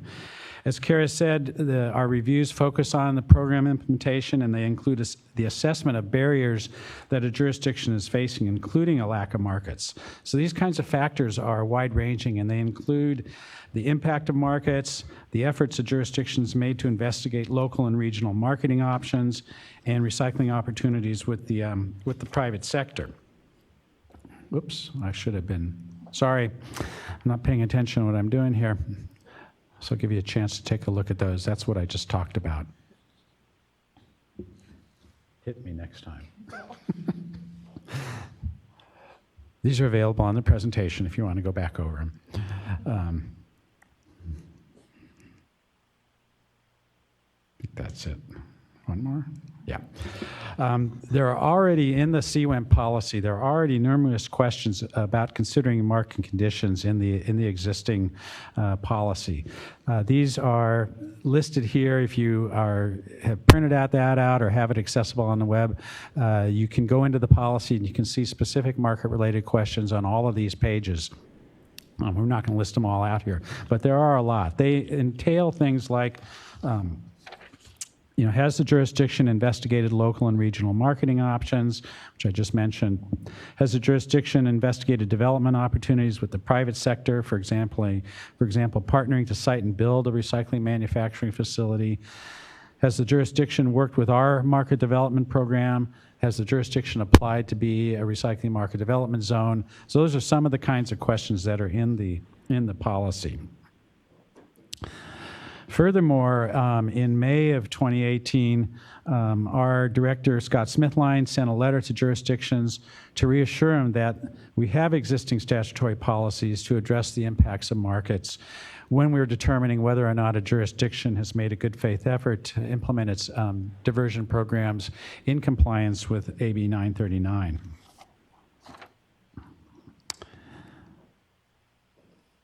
Despite that, while we do think that there are plenty of questions related to markets in the CWIM policy, we recognize that folks have been expressing concerns about that, and so we are proposing or suggesting that we add 3 more questions, market-related questions, into the policy that would hopefully help clarify the intent of the statute even more and make it clear to folks that we do consider these market factors from as many angles as we can. So we are proposing to add 3 questions. Some people in the room will recognize these, but into the enforcement policy on pages 4, 12, and 24. And this slide and the next slide shows the text that we're proposing to add. First, and this is a long sentence. This is the first one, so you kind of have to read it in parts. But have China's or other countries' import policies cause the absence or loss of a market for recyclable materials that are diverted from solid waste facilities that necessitated the disposal of those materials as a temporary measure to avoid a public health threat associated with storing recyclable materials in amounts that exceeded the permitted or design capacity of a solid waste facility. So this is a question oriented towards whether there was something that was out of control of jurisdiction and what they did in response to that. The other 2 questions are similar. To what extent is the lack of available market for one or more types of recyclable materials the result of circumstances beyond reasonable control of the jurisdiction? And to what extent did this prevent the jurisdiction from fully implementing its diversion programs? And then speaking to some of the issues that were brought up in the first panel about contamination, to what extent has the jurisdiction made efforts to reduce contamination and improve the quality of recycled materials so that they can be used as feedstocks in manufacturing of new recycled content products? So we're proposing to include those in the CWIM policy. They are not radical departures from what's in there. They're just really kind of enhancements of some of the existing factors that we already take into account when we review a jurisdiction's program performance. And that's in direct response to some of the concerns we've heard. I think what we're now want to move to, though, is what else do you as stakeholders think needs to be done in this area, particularly with respect to AB 939 compliance and the impacts of National Sword? Do you have any questions about the proposed changes? What else should we consider as a reasonable or feasible effort to deal with market conditions? And even more broadly, what else should CalRecycle be doing proactively with respect to this process for addressing market conditions? So we're gonna open it up for that. We have one last slide that I'll just go to and finish off, and then we'll open up for questions. So just hold on for one sec, Carla. I think I'll come back to this, but just so you know, we have contact information on the last slide. You can contact Kara or me by email. We have our National Sword website, the bottom left box, and we have an email box, exports@calrecycle.ca.gov, that you can certainly send questions to after this webinar. We may have questions during the webinar as well. So I'll go back to this slide, and seek your input. And what I would ask is that comments that we get today really focus on if you have any concerns about the 3 proposed changes that we're proposing, let's hear about that. And then what else do you think we should be doing to, in the realm of AB 939 compliance, to deal with the impacts of National Sword? Howard, can I have an operator to give an instruction again? Sheila? Sheila? Hello? Hello, thank you. Yes. To ask a question by phone, please press *1 and record your name when prompted. Again, for questions by phone, it is *1. Thank you.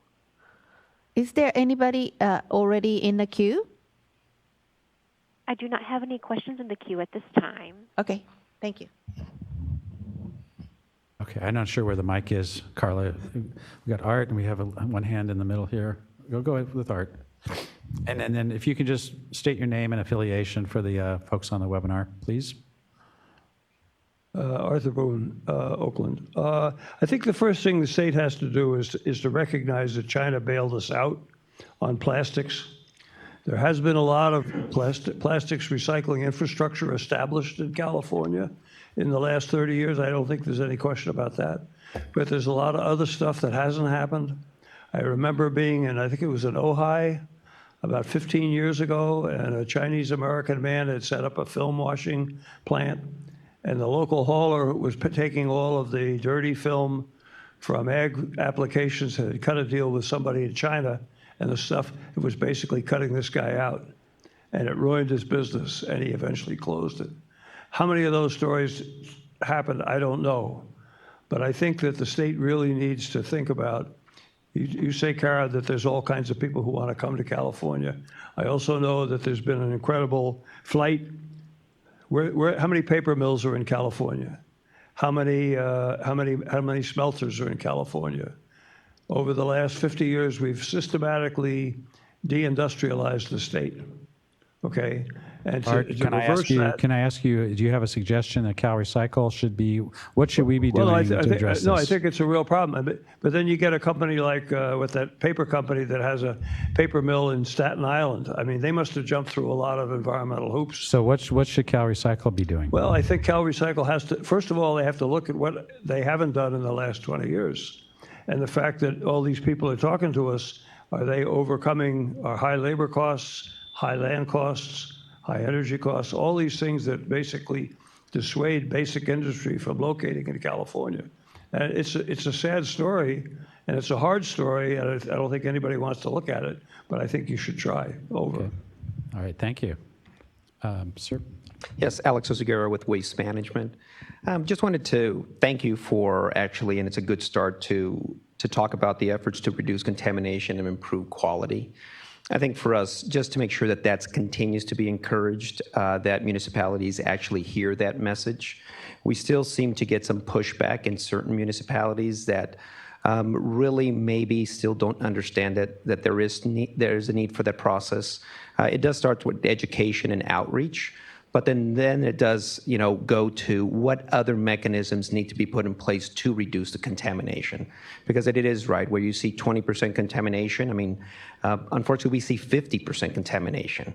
And it's not about, what type of number of recycling plastic they put in, it is about bags of diapers, and it's about, MSW in those containers. So I think it would be truly appreciated if that message continues to be sent throughout the state about the need for the mechanisms that include outreach and education, but also the other mechanisms to reduce contamination. That's a great comment, and it's we may not be quite ready, but it's a great segue to the final session of today's workshop, which is just kind of talking about education outreach and what should the state be doing. So Yeah, and I just want to Use thank it you, up. Alex, for bringing that up, because I think that's one of the reasons we wanted to add that third question to the CWIMP enforcement policy, because we feel that a jurisdiction with its service providers needs to be making some attempts to address contamination. And so CalRecycle staff would be looking at that when we're reviewing a jurisdiction's implementation of their programs. The panel earlier talked about so many things that you can do, and so we would be looking for that. And we will continue to have that conversation with jurisdictions, hopefully to support people like you, the service providers. In response to Art's comment or question, like paper and plastic recycling is just not profitable. That's the reality now. I mean, energy is also very costly. But I think what we need to do is put limitations, restrictions on manufacturers, packaging. I think that was talked about in a previous workshop. But that's just talk. We need action. Thank you. Does anyone else have comments related to the enforcement policy? Yes. Richard Vaya with Tri-City Recycling. On the third bullet, to what extent are you engaged and involved with the LEAs? For example, if we can't move commodities off the floor because there's a delay in shipping due to market demands or lack of demand, are the LEAs a part of your conversation so that we don't get fined by the LEAs because we simply can't move material? Most definitely so, and I can ask for further expansion from other Deputy Director Mark DeBee, but we have worked very closely with the LEAs as part of this, trying to make sure that while they are making sure that public health and safety is protected, that there are conditions for temporary waivers and for make sure that they're not, and there are possibilities for storage. Mark, do you want to add anything, or we'll get a Mark? There it is.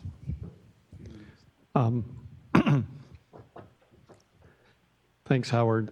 Yeah, just to add a bit more, we have in the past communicated with LEAs about situations that potentially could lead to additional material being stored at transfer stations or other locations.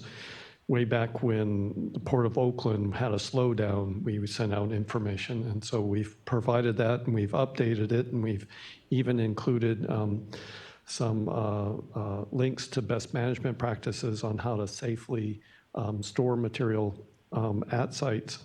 But the main message has been that the current regulations do allow LEAs to grant flexibilities to operators to temporarily store material for a longer period of time, as long as it's done in a manner that is protective of health, safety, and the environment. And so we continue to have that message delivered to LEAs and respond to questions that may come up. We haven't heard too many questions from LEAs, and we continue to poll them on what they're seeing. And for the most part, they're seeing some temporary slowdown of material leaving sites, but not huge amounts being stockpiled as yet. Thanks, Mark. Chuck. Yeah, Chuck White, again with the Manette, Hilton Phillips. I'm not going to try and mention gasification or pyrolysis any further towards Nick, but I did have a question related to those three proposal language that you're added, and I wonder if you might want to consider a fourth. And the reason this came up at a recent meeting that I was with CalRecycle staff on implementation of 1383, and both 341 and 1383 kind of come to rest on local government of having to make sure that they're providing the recycling capacity necessary through the good faith effort.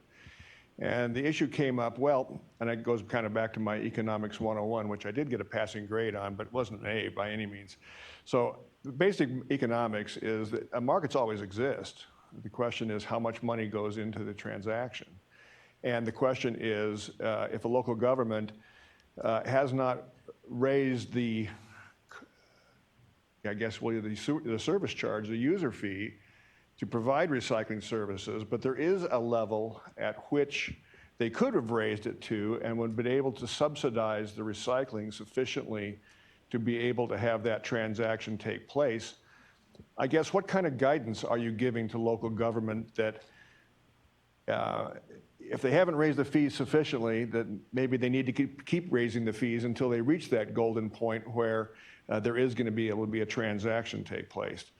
And that's kind of an issue that is kind of the elephant in the room, if you ask me, is exactly how far does a local government have to go in entering into the marketplace, into the transaction with the recyclable commodities. If at some point in time, if you're willing to pay China $1,000 per bale of plastics going over there, I guarantee you they'd open the door back up again. That probably wouldn't happen right away, but it could happen. And that my point is that at some point in time, there is a price point which a transaction will take place, and how close does that local government have to come to that price point? Well, I can say we certainly don't have a number for that. But I do like the idea of adding, for example, in one of these questions about did they address any necessary rate changes? Because I think we are seeing across the state that jurisdictions are undertaking with their service providers rate changes to deal, processing is costing more, for example. Education's costing more, so definitely rates are going up. I think, from our perspective, we evaluate each jurisdiction on a case by case. So I think we would look at that jurisdiction to see what was reasonable, and we would take a number of factors into consideration. So I don't think we would necessarily put kind of a threshold number that at a certain point, but I think that would have to be a part of the conversation. If the rate had reached to a certain point, I don't know what that point is, but so thank you for that suggestion. I think we'll add a kind of a EG in there. Thanks. Others? Anybody else? Suggestions? Over yeah. Susan. Now it's on. I'm Susan Collins from Container Recycling Institute, and I think a lot of people in the room probably feel the frustration of us coming back to this problem over and over again of not having markets. And there's a lot of people in the room who've been working on these issues for decades, and the marketplace seems to keep creating new materials, and then we come back and have this conversation again. Oh, there's this new material. What do we do with it? And we're kind of like George Jetson on the running machine and needing to scream, Jane, get me off of this thing. And so it's a great time right now to rethink. Great that you guys are holding this workshop and that you're asking these really good questions. And it's a great time for us to think about how we need to go back to square one and do more source reduction. And a great example of that is what's just happened in the European Union, where they spent a couple of years putting together their single-use plastics directive, and they're going bold. They're saying there are entire categories of materials that are going to be banned from production, period. We're not going to do this anymore. And so there's that, the document that's been created there is a great thing for us to look at and see how we might emulate some of those things so that we don't have to deal with this silliness on materials that there's nothing we can ever do with them but have them be waste. We also need to realize that China as a market probably isn't coming back. They figured out how to develop their markets. They have the facilities they need to recycle things, and they also have the authority as a nation to go to their municipalities and tell them to collect stuff for those markets. So they don't need our stuff anymore, and we need to, redirect our thinking and say, that's not going to be an option for us anymore. I've also noticed recently that Nine Dragons, Asia's largest paper producer, is purchasing mills in the United States now, and some of them that have been shuttered. So I think they're already thinking in that direction. The prices that I was seeing today, I'd like to see a new economic analysis on dual stream versus single stream now, because if we've seen processing prices go up about $100 a ton for single stream, and the fact that we're processing 20 to 30% more stuff than we should be, because the stuff shouldn't be in there at all, If you go back to looking at dual stream, which cleans up the amount of stuff that gets on the truck in the first place and has lower processing costs, I think we are at a point, an inflection point, where the economics have flipped. And furthermore, I think the economics have flipped in favor of curbside sort. And I want to point out that curbside sort, by definition, has zero contamination. If the driver comes up and they sort all the proper stuff onto the truck and leave all of the inappropriate materials at the curb for the resident to deal with and put in their trash, by definition, zero contaminants are being picked up. And education is happening house by house every single week, every single time there's a pickup. So it addresses a lot of the stuff that we've been talking about today. It addresses contamination that gets to the facility. It reduces the facility costs because you have to have almost nothing for a facility. You just need bunkers and balers. Also, and I'm getting to the end of my list of suggestions here, clearly we need to modernize, improve, and expand the bottle bill. That will address a whole bunch of the materials that are problem materials in single stream in the first place, and get glass out through separate collection like they do in dozens and dozens of countries around the world. And lastly, we have to get the manufacturers involved. We need them to take on recycled content and also do better product design so we don't have products that are like a PET bottle with an aluminum lid that's attached. That can never, ever be recycled and is definitely going to be a contaminant to either system. Thank you. Thanks, Susan. You listed a number of ideas, a lot of which have been discussed and continue to be discussed. I'll just flag a couple things. One is with respect to source reduction, certainly we and the director agree that we need to move more in that direction. That is a major focus of what we're trying to do in the packaging policy paper. So when that comes out, be looking to see if it's adequate or if we need to do more, but that's definitely a focal point there. We do have funding in the greenhouse gas reduction funds for food waste prevention and rescue. That's not really the topic of today, but we have funding for that. It's dedicated funding. We don't have that for source reduction projects in general. So that's an issue, although we are looking at a potential reuse program under the greenhouse gas reduction program. We have a workshop next week, week from Thursday, week from tomorrow. And then just the last thing I wanted to mention is the manufacturer responsibility, which certainly would be one of the topics and issues that will be discussed in the packaging paper as well. So that's something that's also definitely on our plate for trying to further. So we need to wrap up so we can move into the next session. We would really appreciate it if you have any comments on the enforcement policy, if you could send them to the export mailbox. And crew, can you get us back there to our last slide? While she's putting that up. And we thank all of you for your input and we'll let you guys, are there any? Sheila, is there anybody who wants to talk? I show no request to speak by phone at this time. Thank you. Thank you all so much for your time.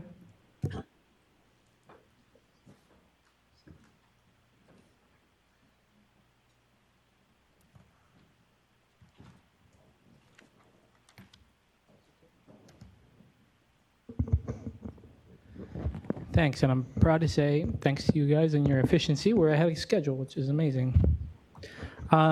So we're coming to our last portion of the day here to talk a little bit about education campaigns. And Kate's going to come up and present on what we've seen across the state in terms of education campaigns at a local level, some examples of what we've seen in different forms, written, electronic, in-person communications, media, other media, et cetera. So we're going to hear the full gamut and then hopefully open up a conversation about where we think there are other opportunities for education, further education, whether it be support from the state or what works best at a local level. So thanks.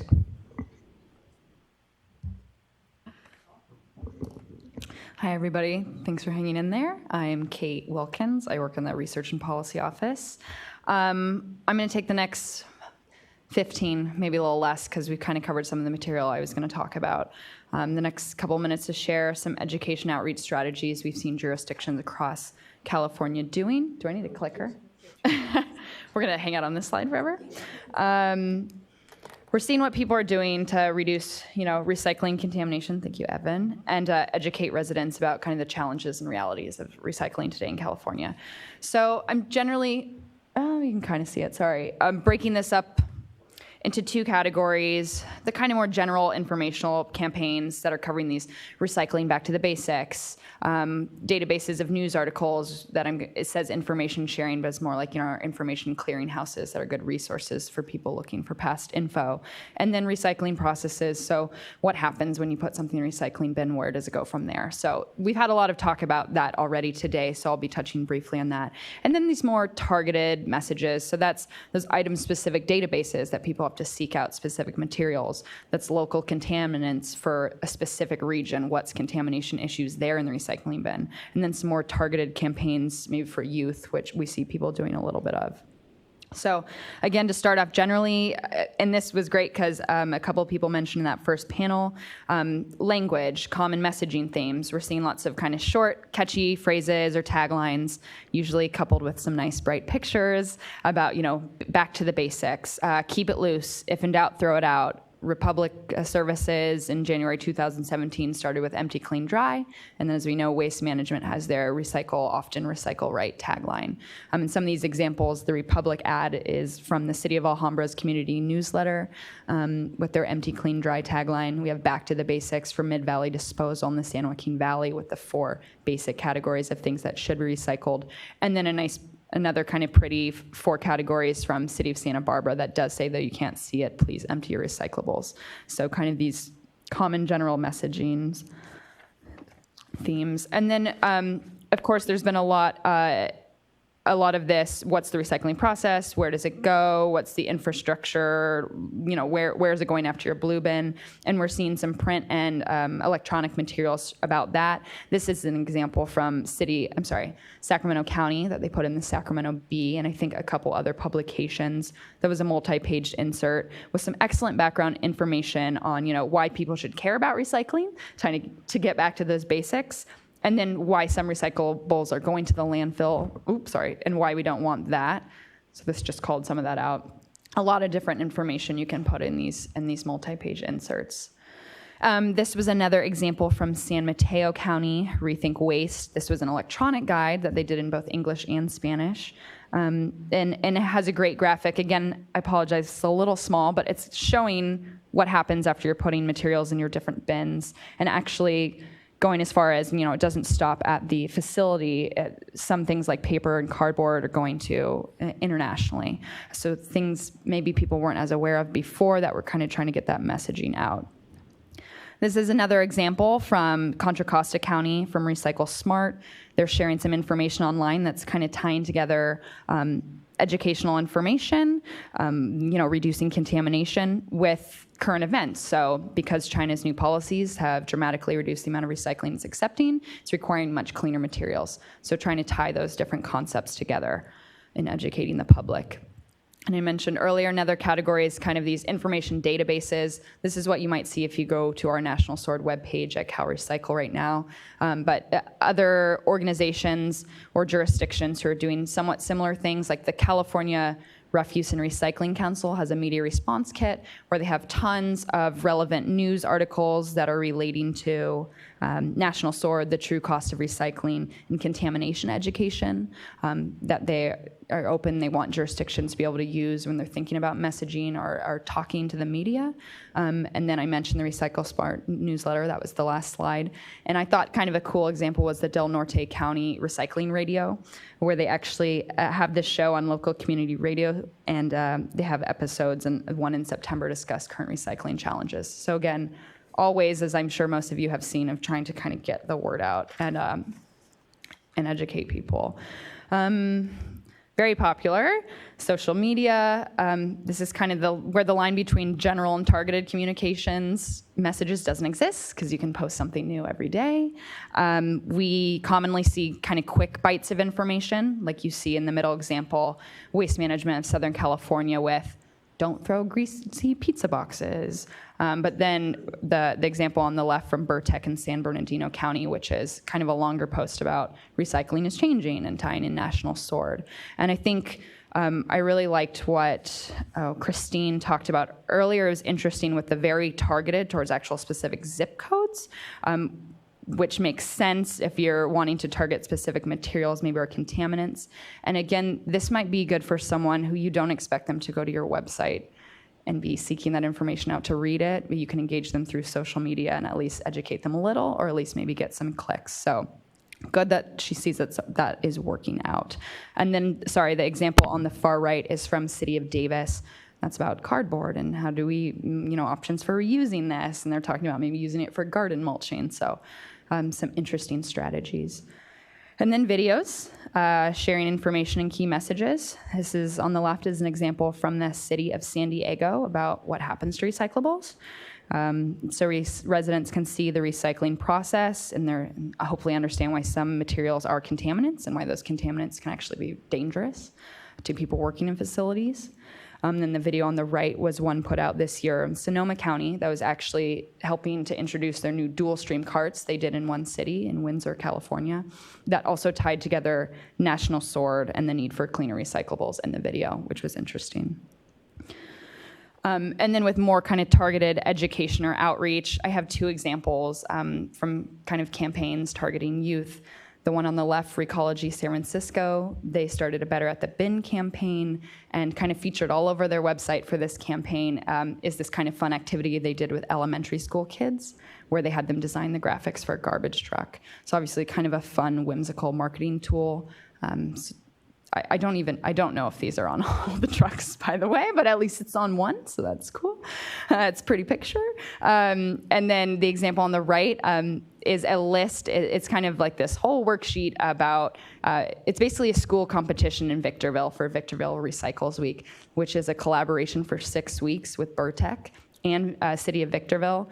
And it engaged last year 17 schools in this competition where they could win money for their school if they were the most, recycling friendly. So there's activities like make a YouTube video, take a MuRF tour, CRV bottle collection, or participate in a food rescue program.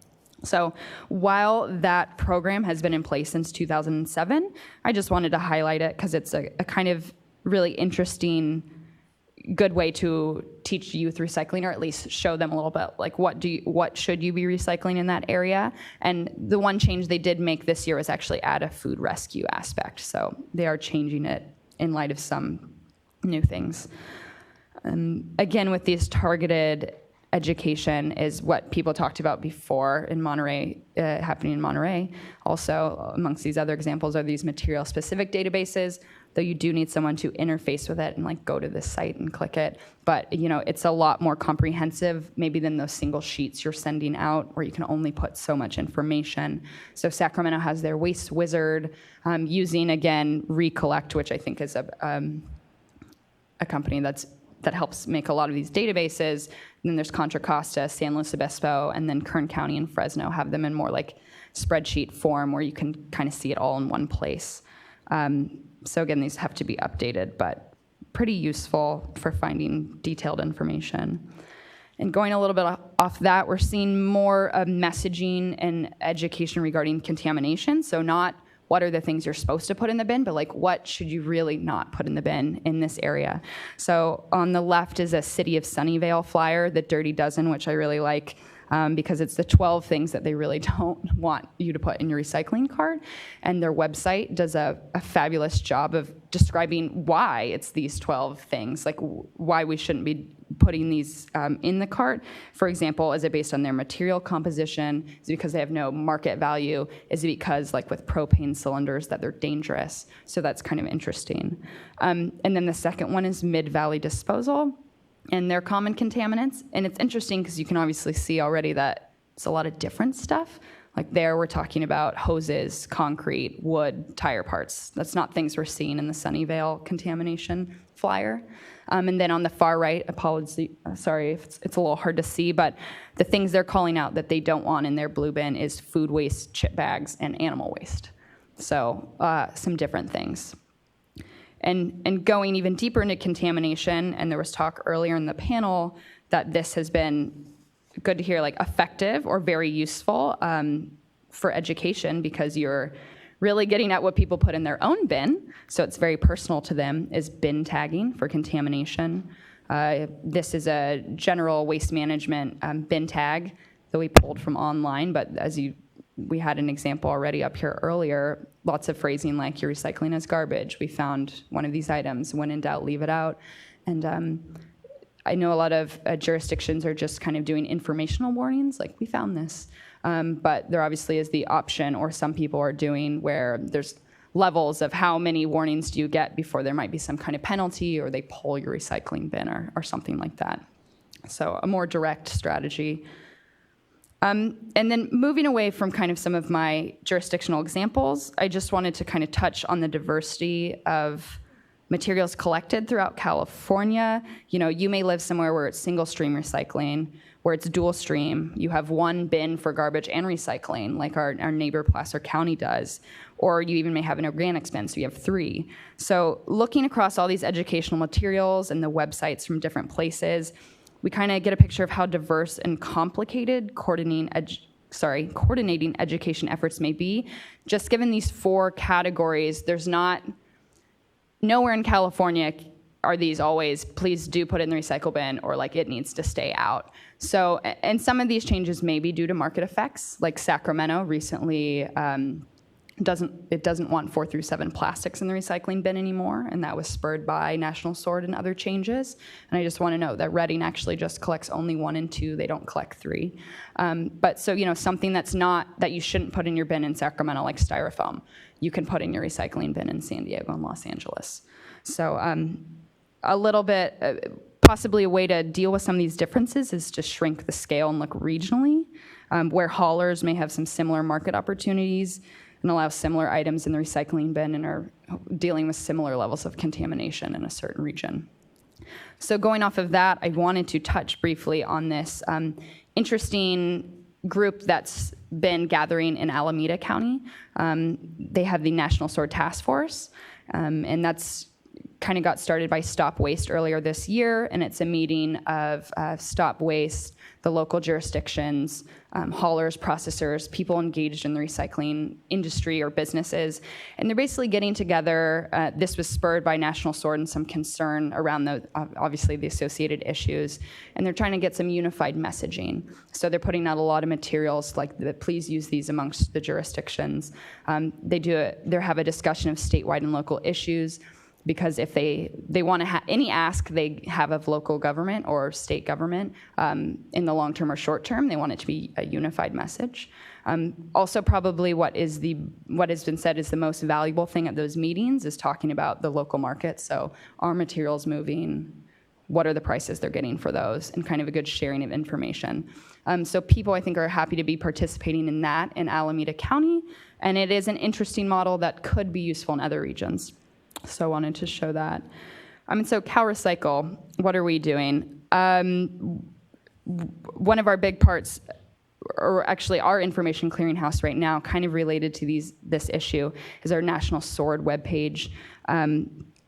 We have a long list of kind of what I you just saw on the screen, local responses and resources. So, but not only for education, but also what are people doing, changing their processing policies, waste reduction, kind of in different areas. So what are all the jurisdictions doing across California? We're also talking about recent international policy changes that are relevant, and we have our list of what CalRecycle grant and loan programs can be useful, that are addressing infrastructure and marketing development. That is very applicable to this issue.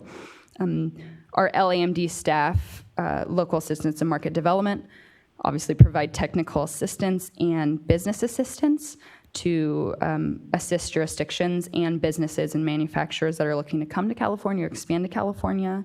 And then we've also, earlier this year, I think, sent a couple letters to recycling coordinators that were addressing examples of good education we've seen, obviously the need for more infrastructure and waste reduction, so trying to keep up the communication between CalRecycle and more of the local jurisdictions. So that was my breeze through quickly because I talk much faster than I plan on, but hopefully that works for you guys. And I'm going to open it up for questions and some discussion really quick, but I just want to flash the National Sword kind of webpage if you haven't checked that out, and our experts email. And I have a few guiding questions for the conversation that I'm sure we're about to have. And for those who want to call in, again, that's the call-in information here. So the questions I am asking to you who are still in attendance: what education and outreach are you doing? Has it been effective, if you'd like to share?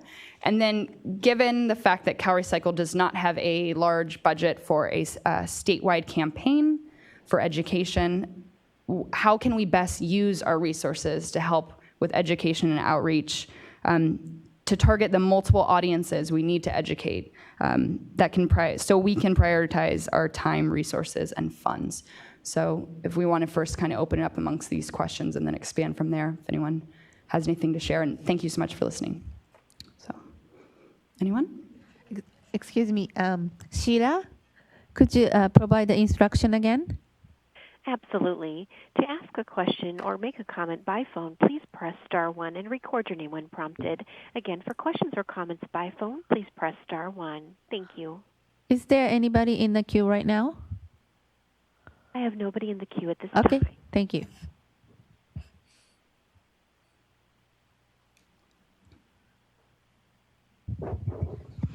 Hi, good afternoon. Kimberly Cook with Women in Solid Waste and Recycling.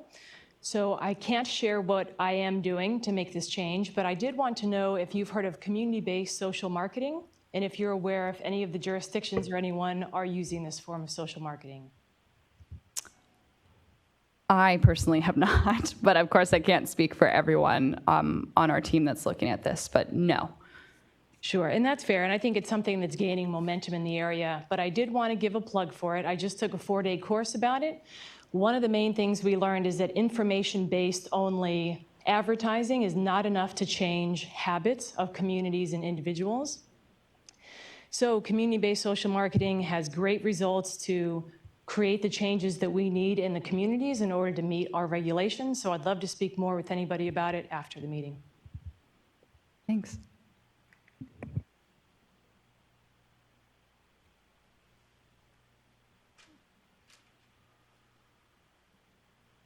Okay. I guess that's it.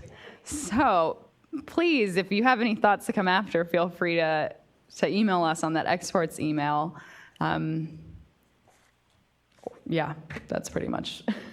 Evan's going to take over before I say something else stupid. Thank you. Thanks, Kate, for that great roundup of all the educational opportunities. I'm a little surprised that no one here had some good suggestions for what they're doing either on the ground or things that CalRecycle could do to support those efforts. If they come to mind magically between now and, well, anytime in the future, just email them out to this exports. For those in the room, I'm pointing at the exports@calrecycle.ca.gov email address. But for those on the webinar, it should be up on the screen. Feel free to email that with follow-up if you have any recommendations or thoughts or requests or anything of that sort. It's been, I feel like it's been a really enlightening day for me, but I'm selfish here. I learned a lot from the panel. I learned a lot from the education side of things, and I think there is so much going on in that arena, and that's where a lot of focus, even you heard it amongst the panel members, a lot of focus from the panel on that being where effective dollars can be spent to improve, to reduce contamination and improve recycling, and start to adapt to this new normal that we've got here. So I feel like I learned a lot. I hope everybody else did, but I'm also hoping this isn't the end of the conversation. Obviously, there's a lot to be absorbed, and there's a lot of adaptation that's still going to happen in the future. So I encourage you guys to stay with us. Evan Edgar. You want to make summary comments, Evan Edgar?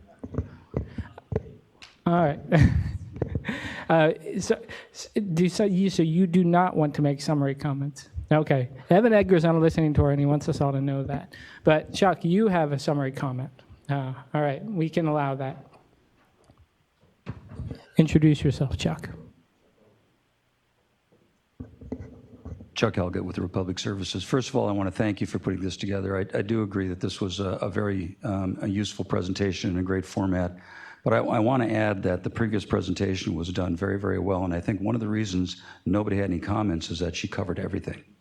All the good ideas were up on the board, nothing else to say. Oh, shucks. Thanks. Evan Edgar, engineer for the California Compost Coalition. Great workshop today, thank you.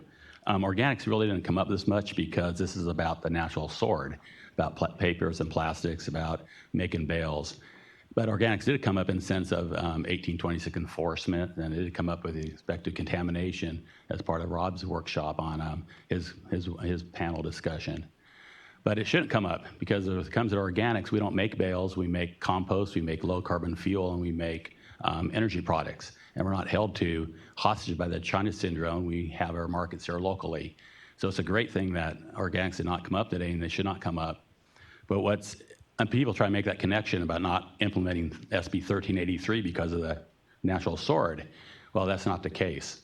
But we are competing for funds because of the fact that recycling needs more dollars. At the time when we're launching into more expensive technologies, we're competing at the local level for funding in order to launch the programs.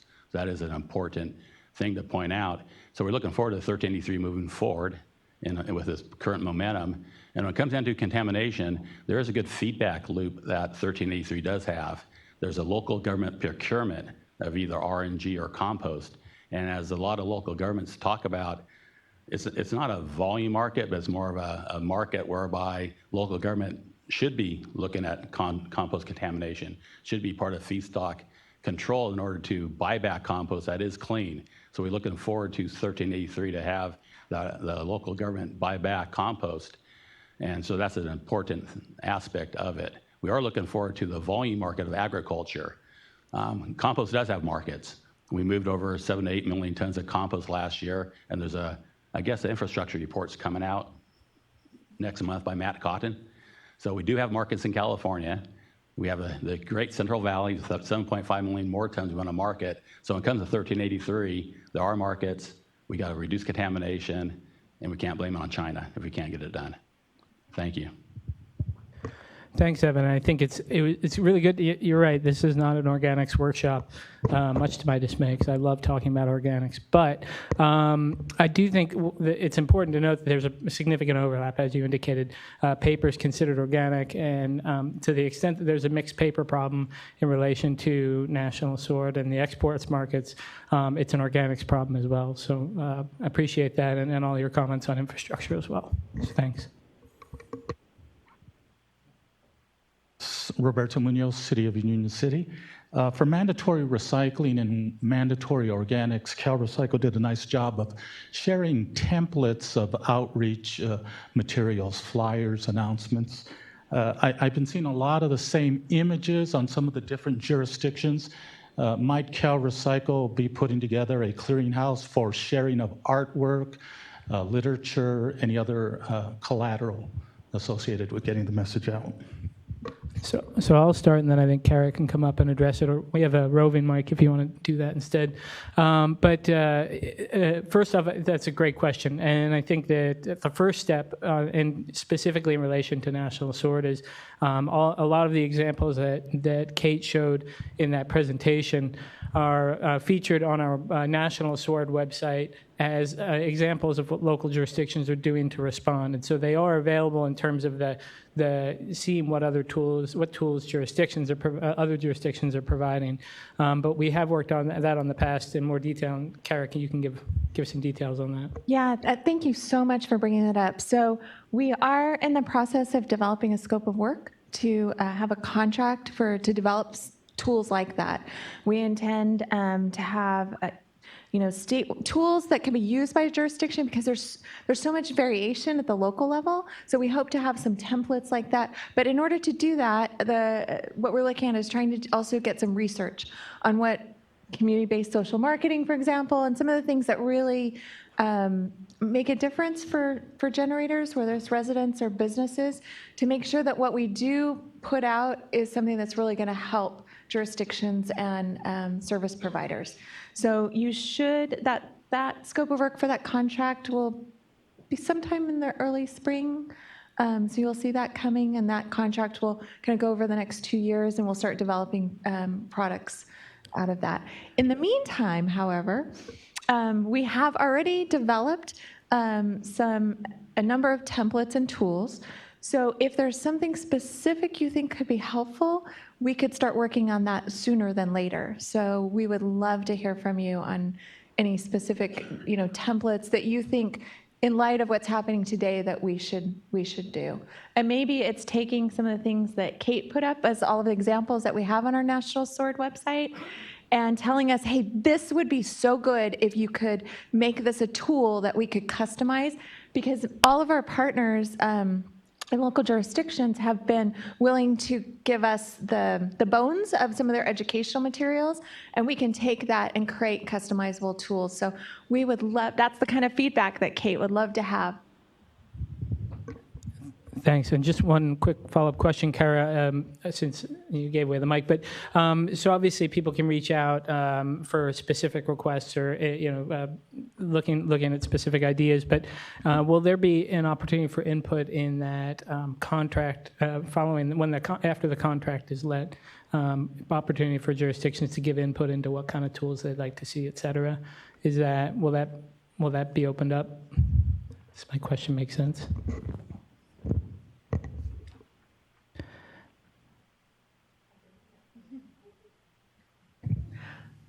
That's a great question. And, we're just in the initial phases of even developing the scope for the contract. So I think that will definitely be part. But, Office of Public Affairs has already been reaching out to a lot of jurisdictions to get some input on this. So that's going to continue. And I'm sure we will have a process for getting more feedback. Because what's really important to us is that we develop tools that jurisdictions and service providers are going to want to use, that will help you, instead of us just developing tools that we think are good and then nobody uses. So there will be some kind of feedback. I just don't know exactly what form and what timing that will be. Great, thanks. Additional questions? Tim, did you have your hand up there?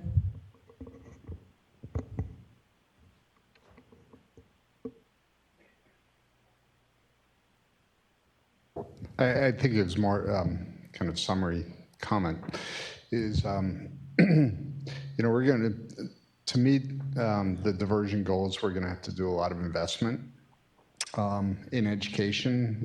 Facilities are going to have to put in significant investment to be able to do further separation for contamination amongst other recovery. We're going to be making investment relative to the organics. To hit the diversion. So the district we're looking at, we're probably going to have to make $60 to $80 million of investment over the next 5 to 8 years to be able to start hitting those goals. The concern we have is going to be around rate fatigue. I mean, realistically, we're seeing our rates are going to have to double at a minimum to be able to build the infrastructure to hit the diversion we want to. And are mandated to, both in the recycling stream and the organics diversion. So I just want, the CalRecycle to be mindful of that our concern is when are we going to hit that point where residents are saying, we don't want to support this. We lose their support for the work that right now they are enthusiastic about. They're trying to do the right thing. So we have to be mindful of those cost structures, and then therefore, what's the role of industry and where are we going to start getting their contributions financial, because right now it's all in the communities. So I don't ever want us to forget that. Thanks, Tim.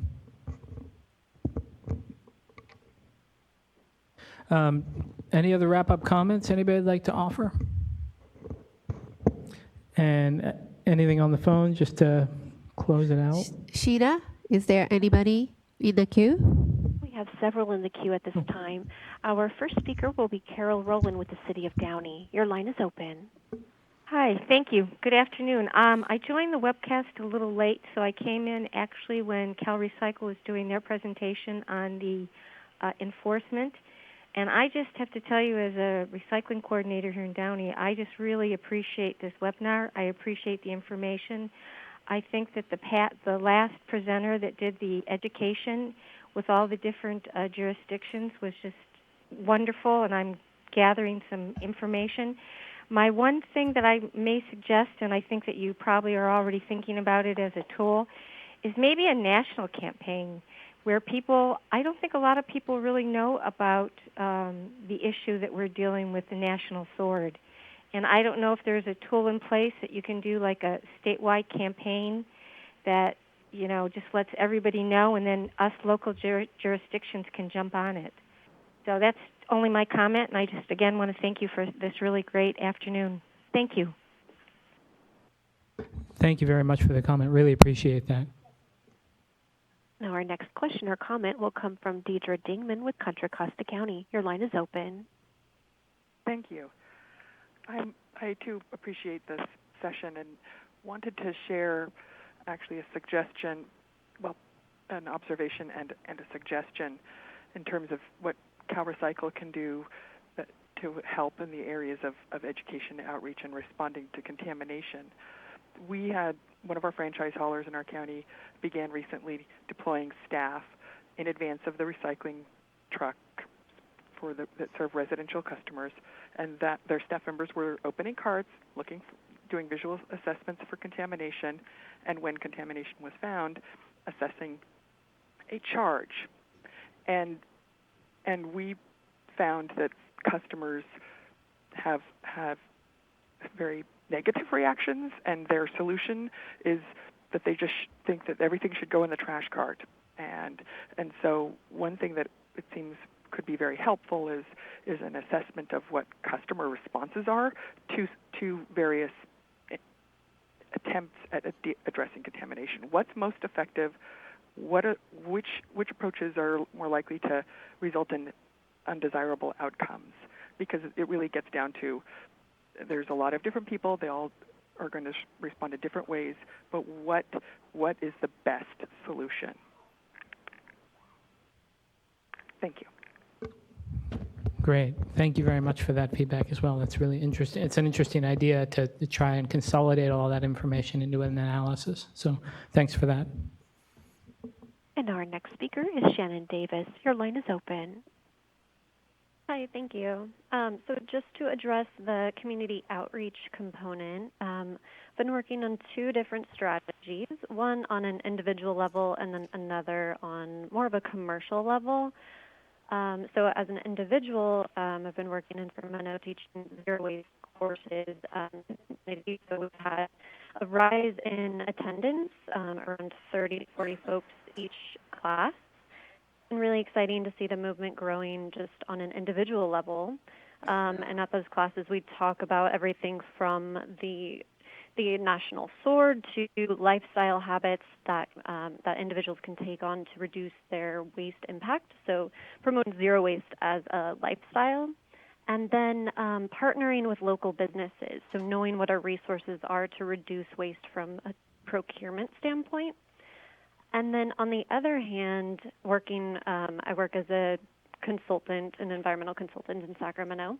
And so a lot of our clients are cities and counties and other municipalities, also California ports. So working with them to set zero waste goals or integrate zero waste plans or sustainable material management plans into planning documents such as climate action plans or procurement plans, things like that. So finding ways to reduce waste both from an upstream strategic sourcing standpoint and from our individual habits and where we put those materials at the end of life. That's great information, and actually a good reminder that education, and Kate, I think you touched on this, but education isn't just jurisdictions and haulers telling waste generators what they can and can't put in their bin, but it's upstream as well. It's all across the system that the education has to reach, so I appreciate that feedback. Thank you. And we are showing no further questions or comments by phone at this time. Great. Well, thank you guys. I'm glad we did get a few on the online. I really appreciate everybody sticking around to the bitter end. It means a lot to us to have that feedback, and to everybody that participated. I'm glad the time was useful for everyone. So unless there are other questions in the room, I think we're going to wrap up. I want to thank everybody for their time. Obviously, Kara and Howard and Zoe for all the work that they did on this and their time. Kate for her presentation, and all of our panelists, Tim, Jim, Christine, and Rob, and the time that they gave to this. I really appreciate everybody and everybody that attended here. I really appreciate you guys putting your time into this. So thanks, and please stay engaged, stay in the conversation. We've got our website up there. We've got the exports email address, and you can always contact us personally as well. Thanks again.